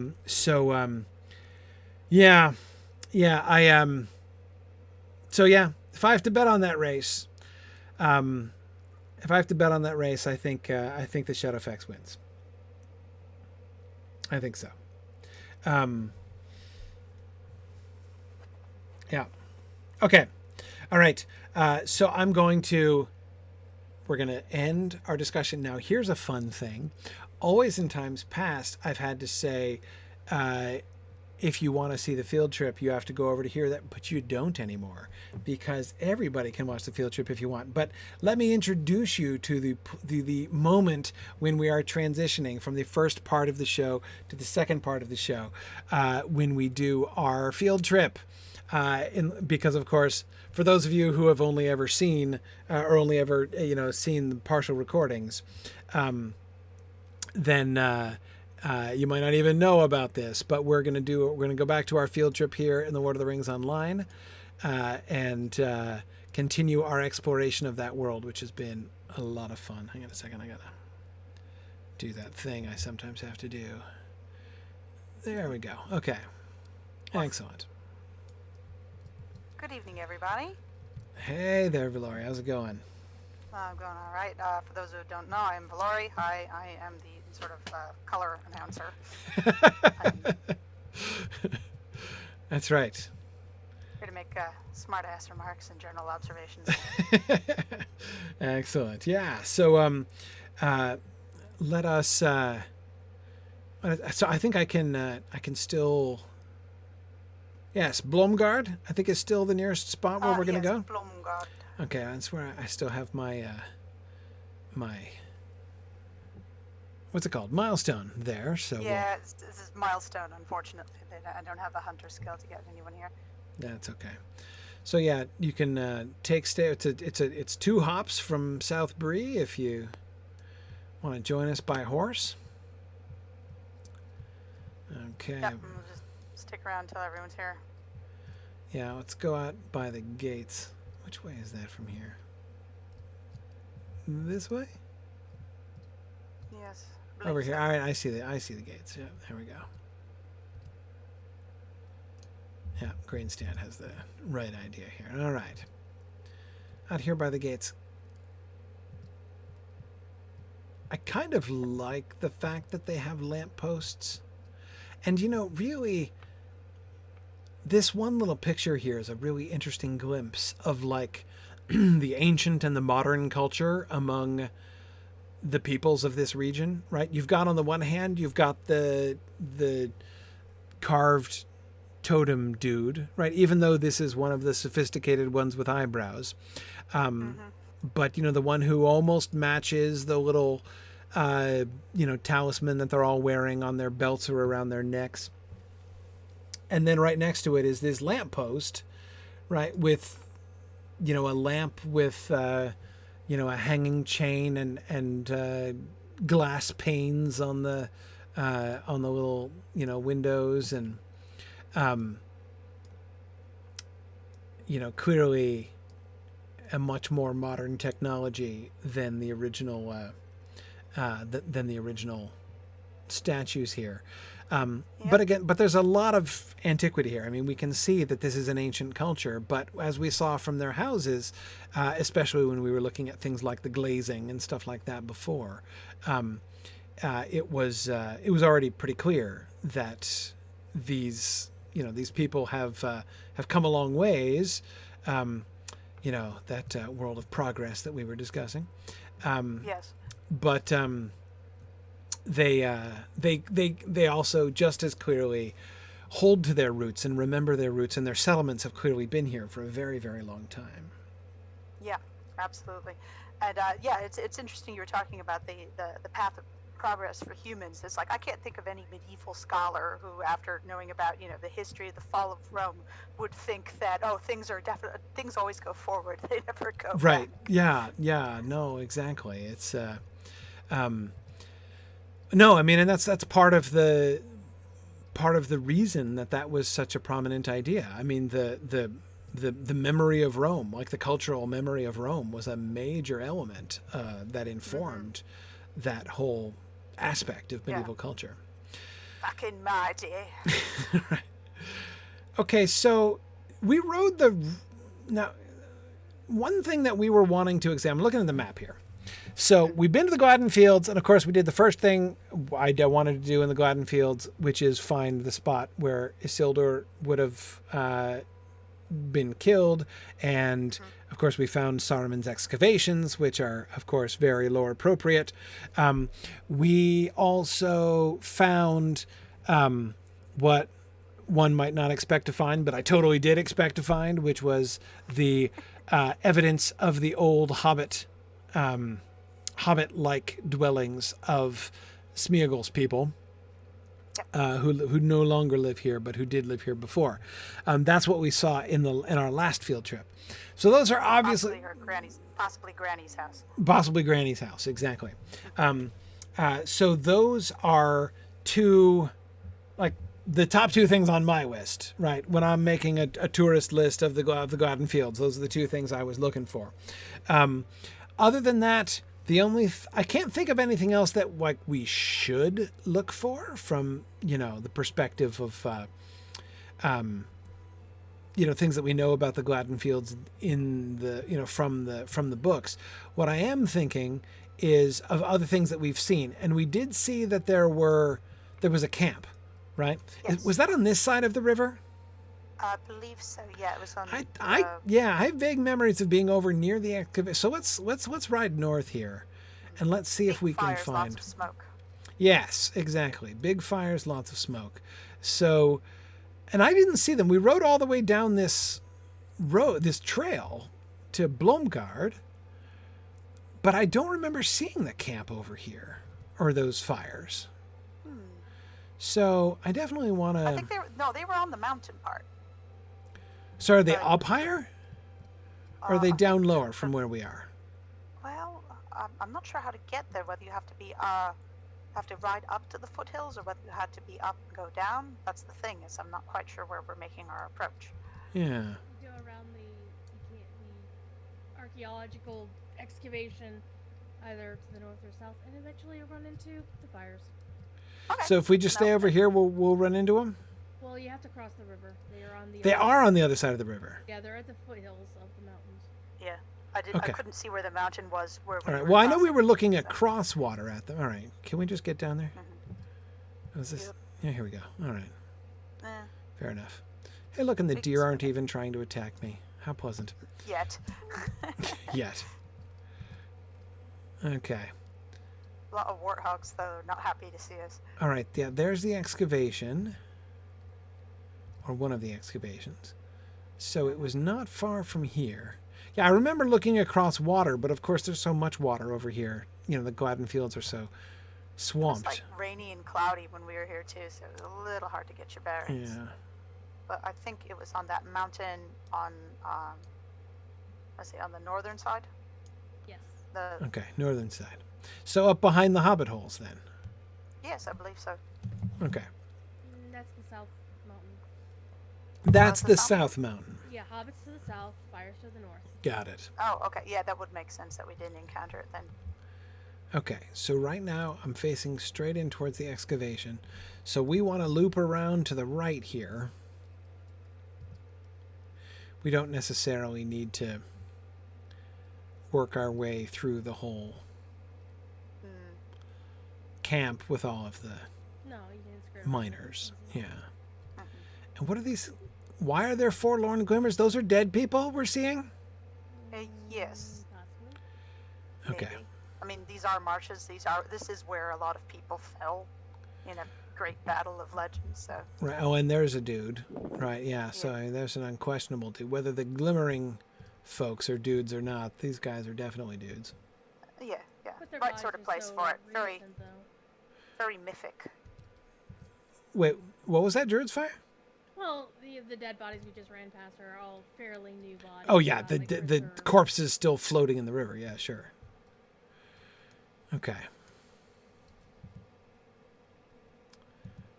All right. Yeah, we got a bunch of dead spirits here. Do we have One of these, like another set of Oathbreakers? maybe, or maybe these are revenants of the people who were with Isildur when he fell. These guys, that guy right there looks like a. He had a winged helmet though. I mean, he looks like one of the like the water spirits. What were they called? The Gloom Waters. Gloom Waters. Yeah, he looked kind of like them. Yep. I just got a thing saying you defeated Gloom Waters. So Oh, see, there we go. But he had a winged helmet that looked Winged kind of helmet, Gondorian. Gondor. Yep. There's a very large toad chasing you. Yeah, I just That is- noticed. that I is a noticed big that. frog. It's a Gladden toad. They make them big That's here an around here. immature bog toad too, so they come in bigger sizes. Man, wow. Okay. All right. So let's see. Where are we? We are on the northern side. So the army is coming up the western bank. Again, so I'm thinking historically. So we're inland. This is the middle of the what we were thinking would have been dry, flat land along the riverbank during that time. Yeah, this could have been. Well, actually, we were thinking like maybe this part of this was right up against the river, and then the river changed courses. Yeah, change courses and possibly levels. Okay, now over here we've got another gigantic toad, but also who is attacking me? Hang on, I need my toad repelling. Oh, he's got a little friends too. Yeah, you didn't wear your toad repellent. I didn't. Yeah. Okay. What I was looking at. How many times? Yeah. What I was looking at over here was the water wheel. Oh yeah, definitely new. Yeah. Interesting. I don't think it's a water wheel, though. Well, it looks like. I mean, and there's like it's odd to put it in stagnant water, truly, but some kind of mechanism, like It looks like a right, digging mechanism. maybe. There was one at the Hobbit place, remember? Right. Yeah. No, I mean, we've seen these kinds, but that's what I was building to, is that we're still seeing what seems like excavation material, you know, a Saruman-ish machinery here. I think given the state of this is maybe one that maybe it got loose from them. Oh, this might be an archaeology camp up here, though. Well, that's what I'm trying to figure out here. Let's see what else we can see. What's this stuff? Burned? Charred? What? Is this some kind of... No, it's not like a siege weapon. Lulstrok. Looks like a digger. Maybe. Like something just made to shift a lot of... Oh, this guy here? Oh, this looks like the trebuchets or the giant... Well, it looked for a moment like a piece of siege equipment. I mean, goodness knows we've charred enough siege equipment in our Lotro playing careers by this point. But... Sorry, I was looking at these rivets or whatever they are. yeah. But, yeah, no, I'm just trying to, again, context.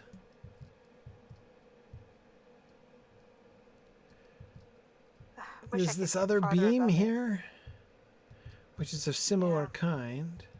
Yeah. Oh, and there's a little crew. Are they all together? Okay. Getting there. I'm kind of rubber banding a bit now. Yeah, that's okay. More of that charred wood over. There's been a little fire issue here. There's a burnt tent. Well, we did see a lot of smoke. Yeah, and things are still on fire inside there. What are those big spiky things? So this does not look like excavation apparatus over here. Unless it's some sort of slash and burn archaeology that we haven't heard of yet. Maybe. It's like an enormous rototiller.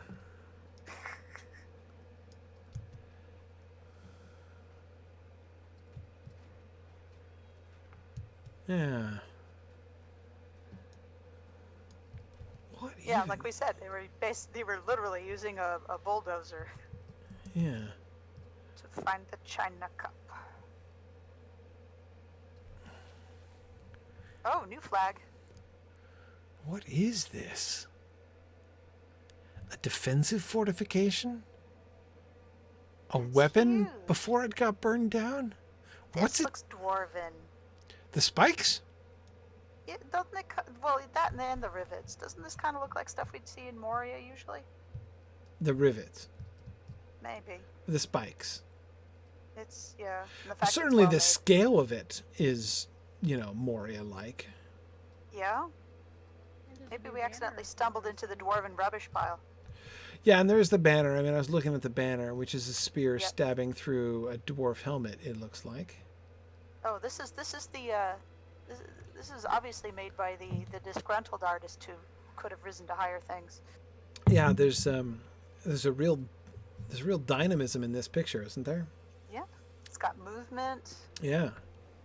It's got beautiful lines. Yeah. This is the guy who was painting those faces on the drums. that On we the saw. drums, yeah, exactly. Yeah. And the spear even has a little ribbon on it. Yeah. Yeah, it does. There, down.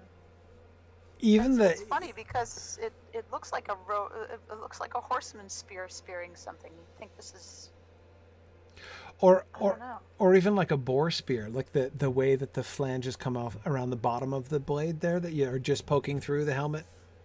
Right Yeah. right where the spearhead meets the helmet, looks like it's got those flanges sticking out, which are almost like the guards on a boar spear. What's it stabbing? Is it a helmet?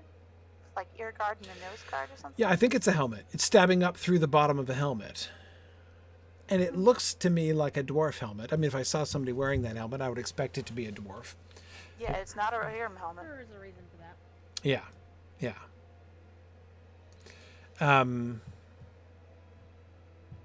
Yeah.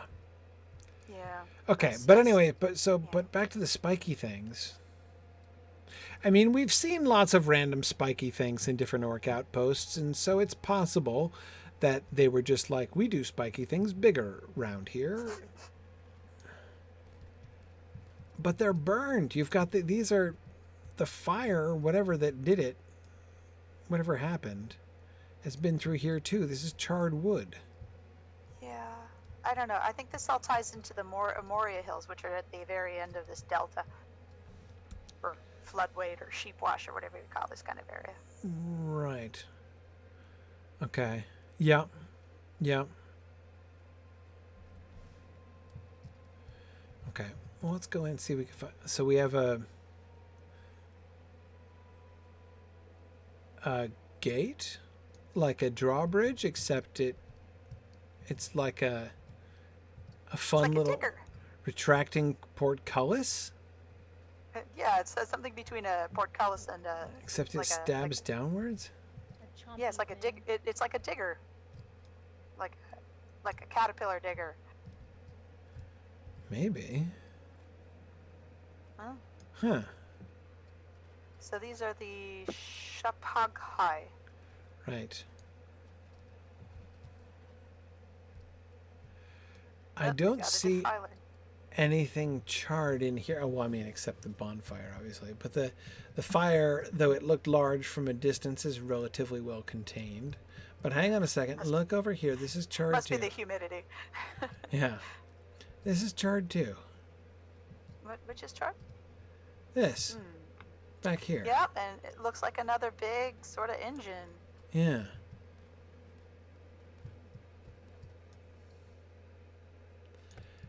Now we do have some what is clearly siege equipment.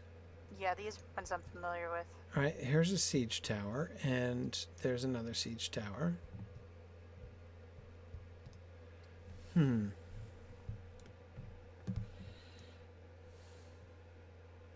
Where are they planning to wheel these? Look at some of the things that they're dropping. They're dropping dwarf-made stuff and axes Oh, in the loot? in the loot that's being dropped by the enemies. There's definitely lots of dwarven stuff around here. Shattered axes. Yeah, we've got some shattered axes. Dwarf-made sword sheath.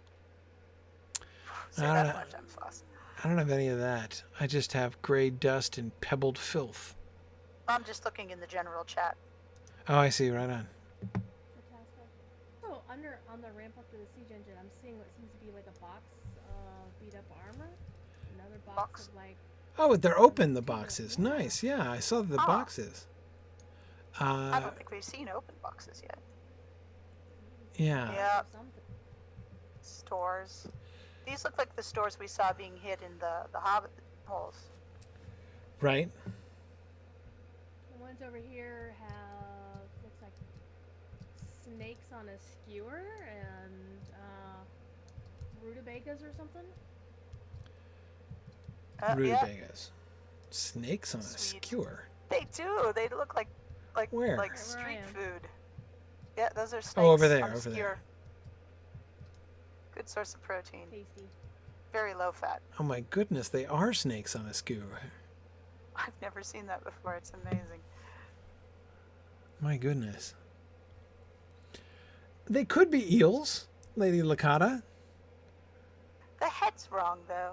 They got little diamond-shaped heads, which indicates these are poisonous snakes. Right. River snakes tend to be. Very, very orc-like. Yeah. Probably immune. Okay, oh, and I see the rutabagas. Okay. Yep. Right. Emily says it looks like mummified orc heads in the other one. I thought they were heads at first too, but I'm thinking if it's rutabagas, they look like rutabagas. I can go with rutabagas. I'm just imagining the conversation a scout would overhear. Snakes and rutabagas again. Yeah. Right. Blimey if it And don't blimey look if like it don't snakes look and like snakes and tomorrow. rutabagas. That's just what I was about to say. Yeah. Yeah. Hashtag how to make the Hobbit trolls even funnier.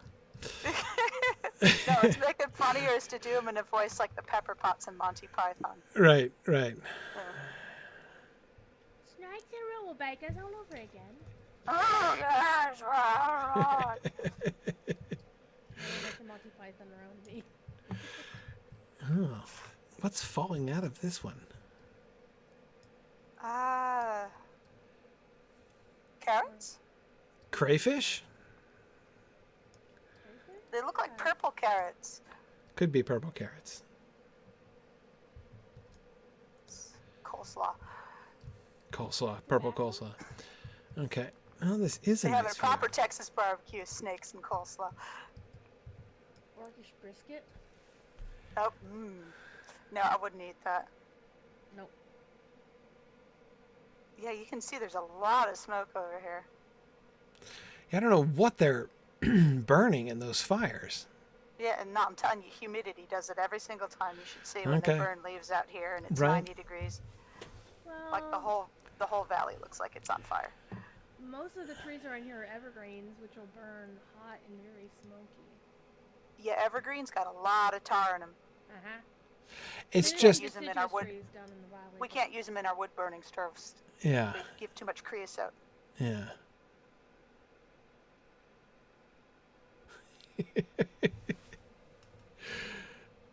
It's unusual in the Lotro world for bonfires. I mean, the bonfires are totally standard Lotro bonfires.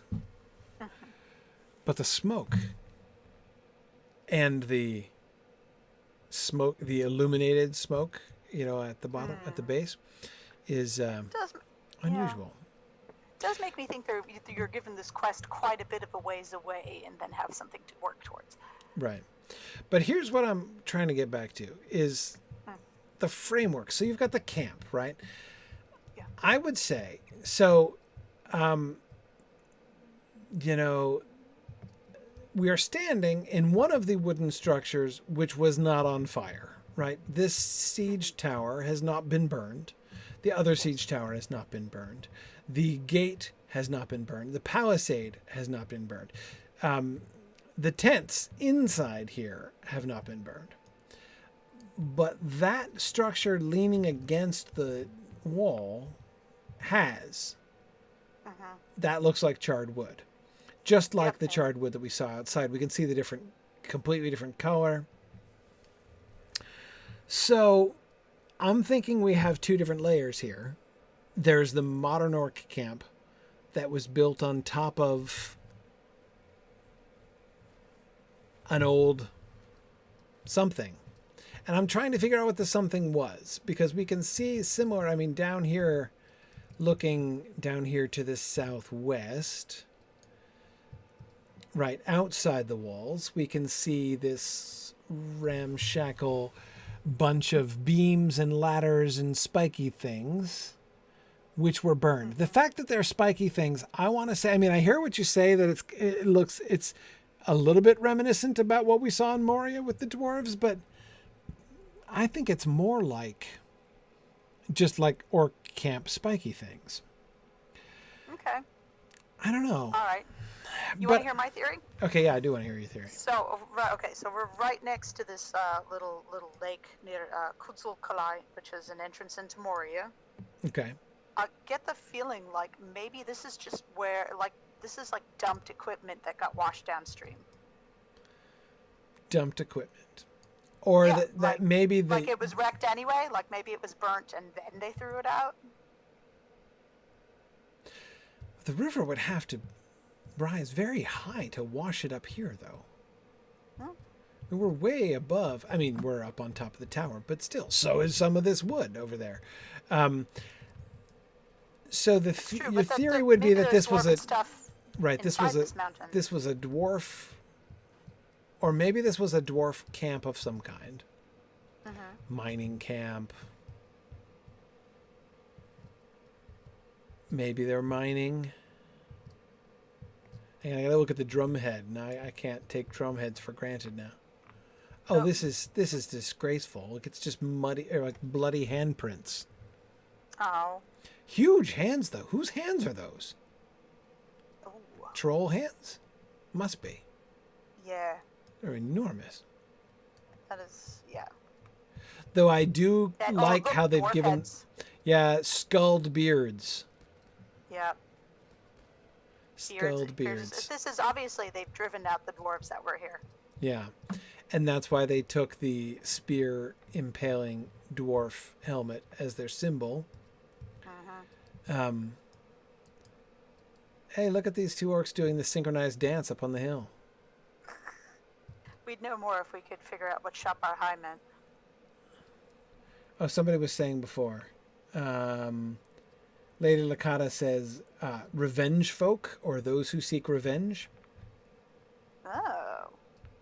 This could be an ongoing okay, struggle so now, between these guys. Now, the next challenge is to figure out what song they're synchronized to. I'm going to say Tusk by Fleetwood Mac.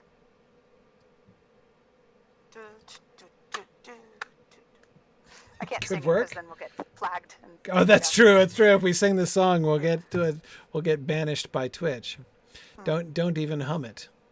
You can't be too careful. If I can stream Weatherstock for a whole day and Winterstock for 4 days without getting even so much as a DMCA ding, you're fine. I don't know.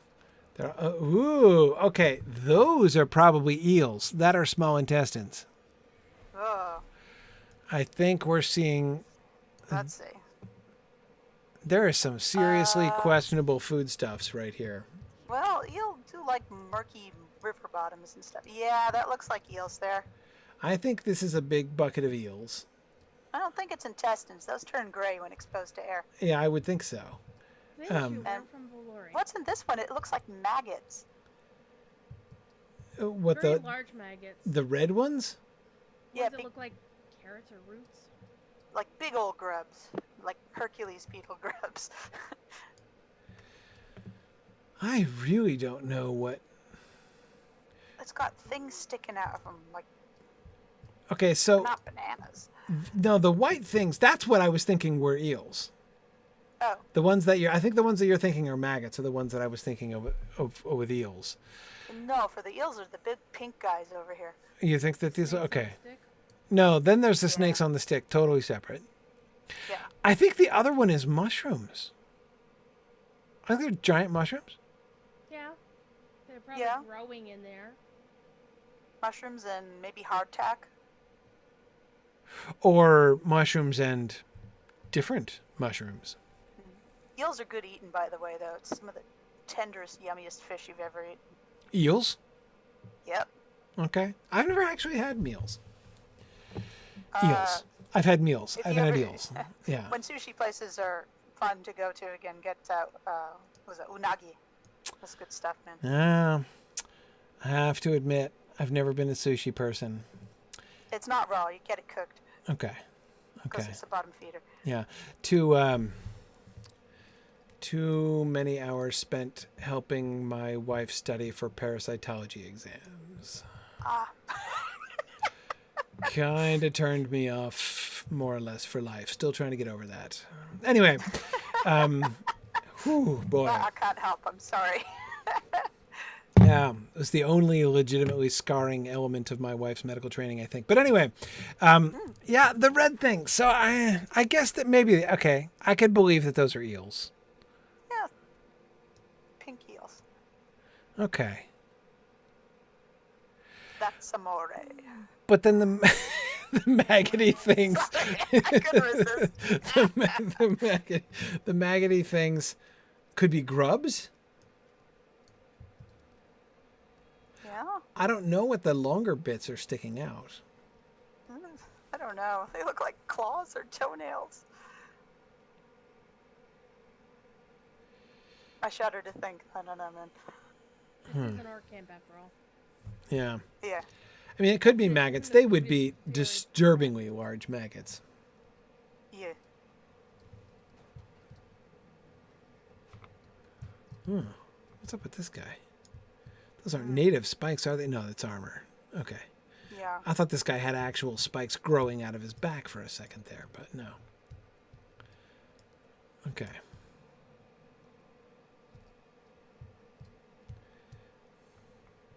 Yeah, I think this is just a gate. I think this is a cunning drawbridge without a moat. That's what I think this is. Yeah, it's an interesting system there. Yeah. But Yeah, there's no gears. It's just we put a lot of heavy stuff on this end. okay, so yeah, so if the burned timbers are the remnants of the dwarvish settlement, Maybe mining. mining camp, something like that. A lot of Dwaro gleams being picked up right now. Dwaro gleams. Right. Big, beautiful green stones. Aha. Yes, right on. Those are the jeweler item here. Mhm. Okay. Ironfold is what this kind of crafting is called? Yes, it's Ironfold crafting tier. Okay. This is so far beyond my crafting tier. I don't even understand it. Yeah, Ironfold is the one after the Mortar one, Doomfold. Yes. Okay. All right. So you're saying that up here in Kidzulkala, which certainly kind of suggests dwarves, that this is a backdoor to Moria up here? Maybe. Yeah, I mean, Okay. it wouldn't be the first mountain we saw that had a mysterious dwarf opening we couldn't find. Right. Right. Okay. So next time we'll go up to the lake or the tarn up here and we'll check that out and see what we can see there. Then after that we should probably pop by Duskenvale down here, as I have no idea what it is, and there's a stable master down there. So we'll set off down there next time, up to Kidzukala, and then out to the Duskenvale, and then we'll loop back around and do Hroskobel, and then head up north to the Bjorning Lands. Awesome. Okay. Sounds good. Cool. Excellent. Well, it's getting late, and all of the mobs are regenning, so we'll, I think, let folks go. Oh, wow, we've got the full panoply of critter friends there sending after everybody. Fantastic. Okay. All right. Very good. So thanks everybody for joining us today. Thank you for joining what seems to have been a successful experiment in my multicasting here in 2021. Pretty excited about that. So thanks everybody. And we will see you guys next week. 9:30-ish p.m. Eastern time, and we'll be back for more. Thanks, everybody. Bye now. All right. Bye.